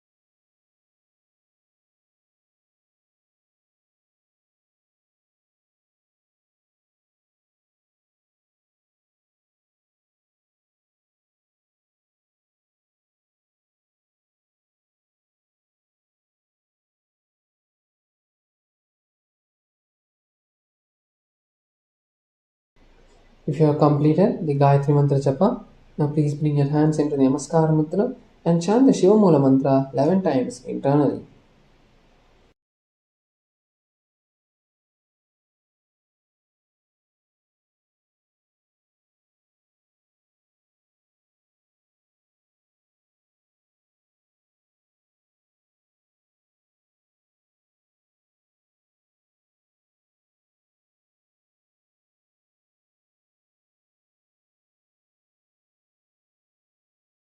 Next is the Shama Prarthana. Now please take a few akshata, flowers, and if you have the durva grass, take these three in your hands. Om Hastra Epate, Om Haim Kavachaya Hum, Om Ham Shivaya Vaushate. Now please pour an udharani of water in your hands and offer the contents of your hand at the end of the mantra on the left hand side of Paramashiva. Om Yat Kinchit Karma Devesha Sada Sukridati Shukridam Tanme Shivadastasya Bhukshak Shavaya Shankara Shivo Data Shivo Bhokta Shiva Sarvam Idam Jagade Shivo Yajiti Sarvatra Yashiva Sohamevatu. Om Ham Om Shivaya Namaha. Next is the Tattvachmanam, the ritualistic cleansing. Now please bring your hands into the Gokarna Mudra. Pour an udharani of water in your hands and drink the water at the end of the mantra. We'll be repeating this thrice. Om Atmadattvam Shodhayami Svada. Om Vidyadattvam Shodhayami Svada. Om Shivadattvam Shodhayami Svada. Now rinse your hands and with the base of the right hand thumb wipe the upper and lower lip from right to left. Om Ham Hridayaya Namaha. Rinse your hands. Now with the index, middle and ring fingers touch above the upper lips, below the lower lips. Once again rinse your hands Next, with the index finger and thumb, touch the right nostril, the left nostril. With the ring finger and thumb, touch the right eye, right ear, left ear. Once again, rinse your hands. Next, with the little finger and thumb, touch the navel, the right chest, left chest, and with all fingertips touch above the head, the right shoulder, left shoulder, and the heart center. Once again, rinse your hands. Now, bring your hands into the Namaskara Mudra. Close your eyes as we chant the Purna Mantra. Om Purnamada Purnamidam Purnat Purnamudachyate Purnasya Purnamadaya Purnamevavasishyate. Om Shanti Shanti Shanti. Hari Om Datsat. Sarvam Bhagavat Shri Nithyananda Paramashiva Padukarpanamastu. Om Nithyanandam. Offer your Namaskaram at Paramashiva's feet.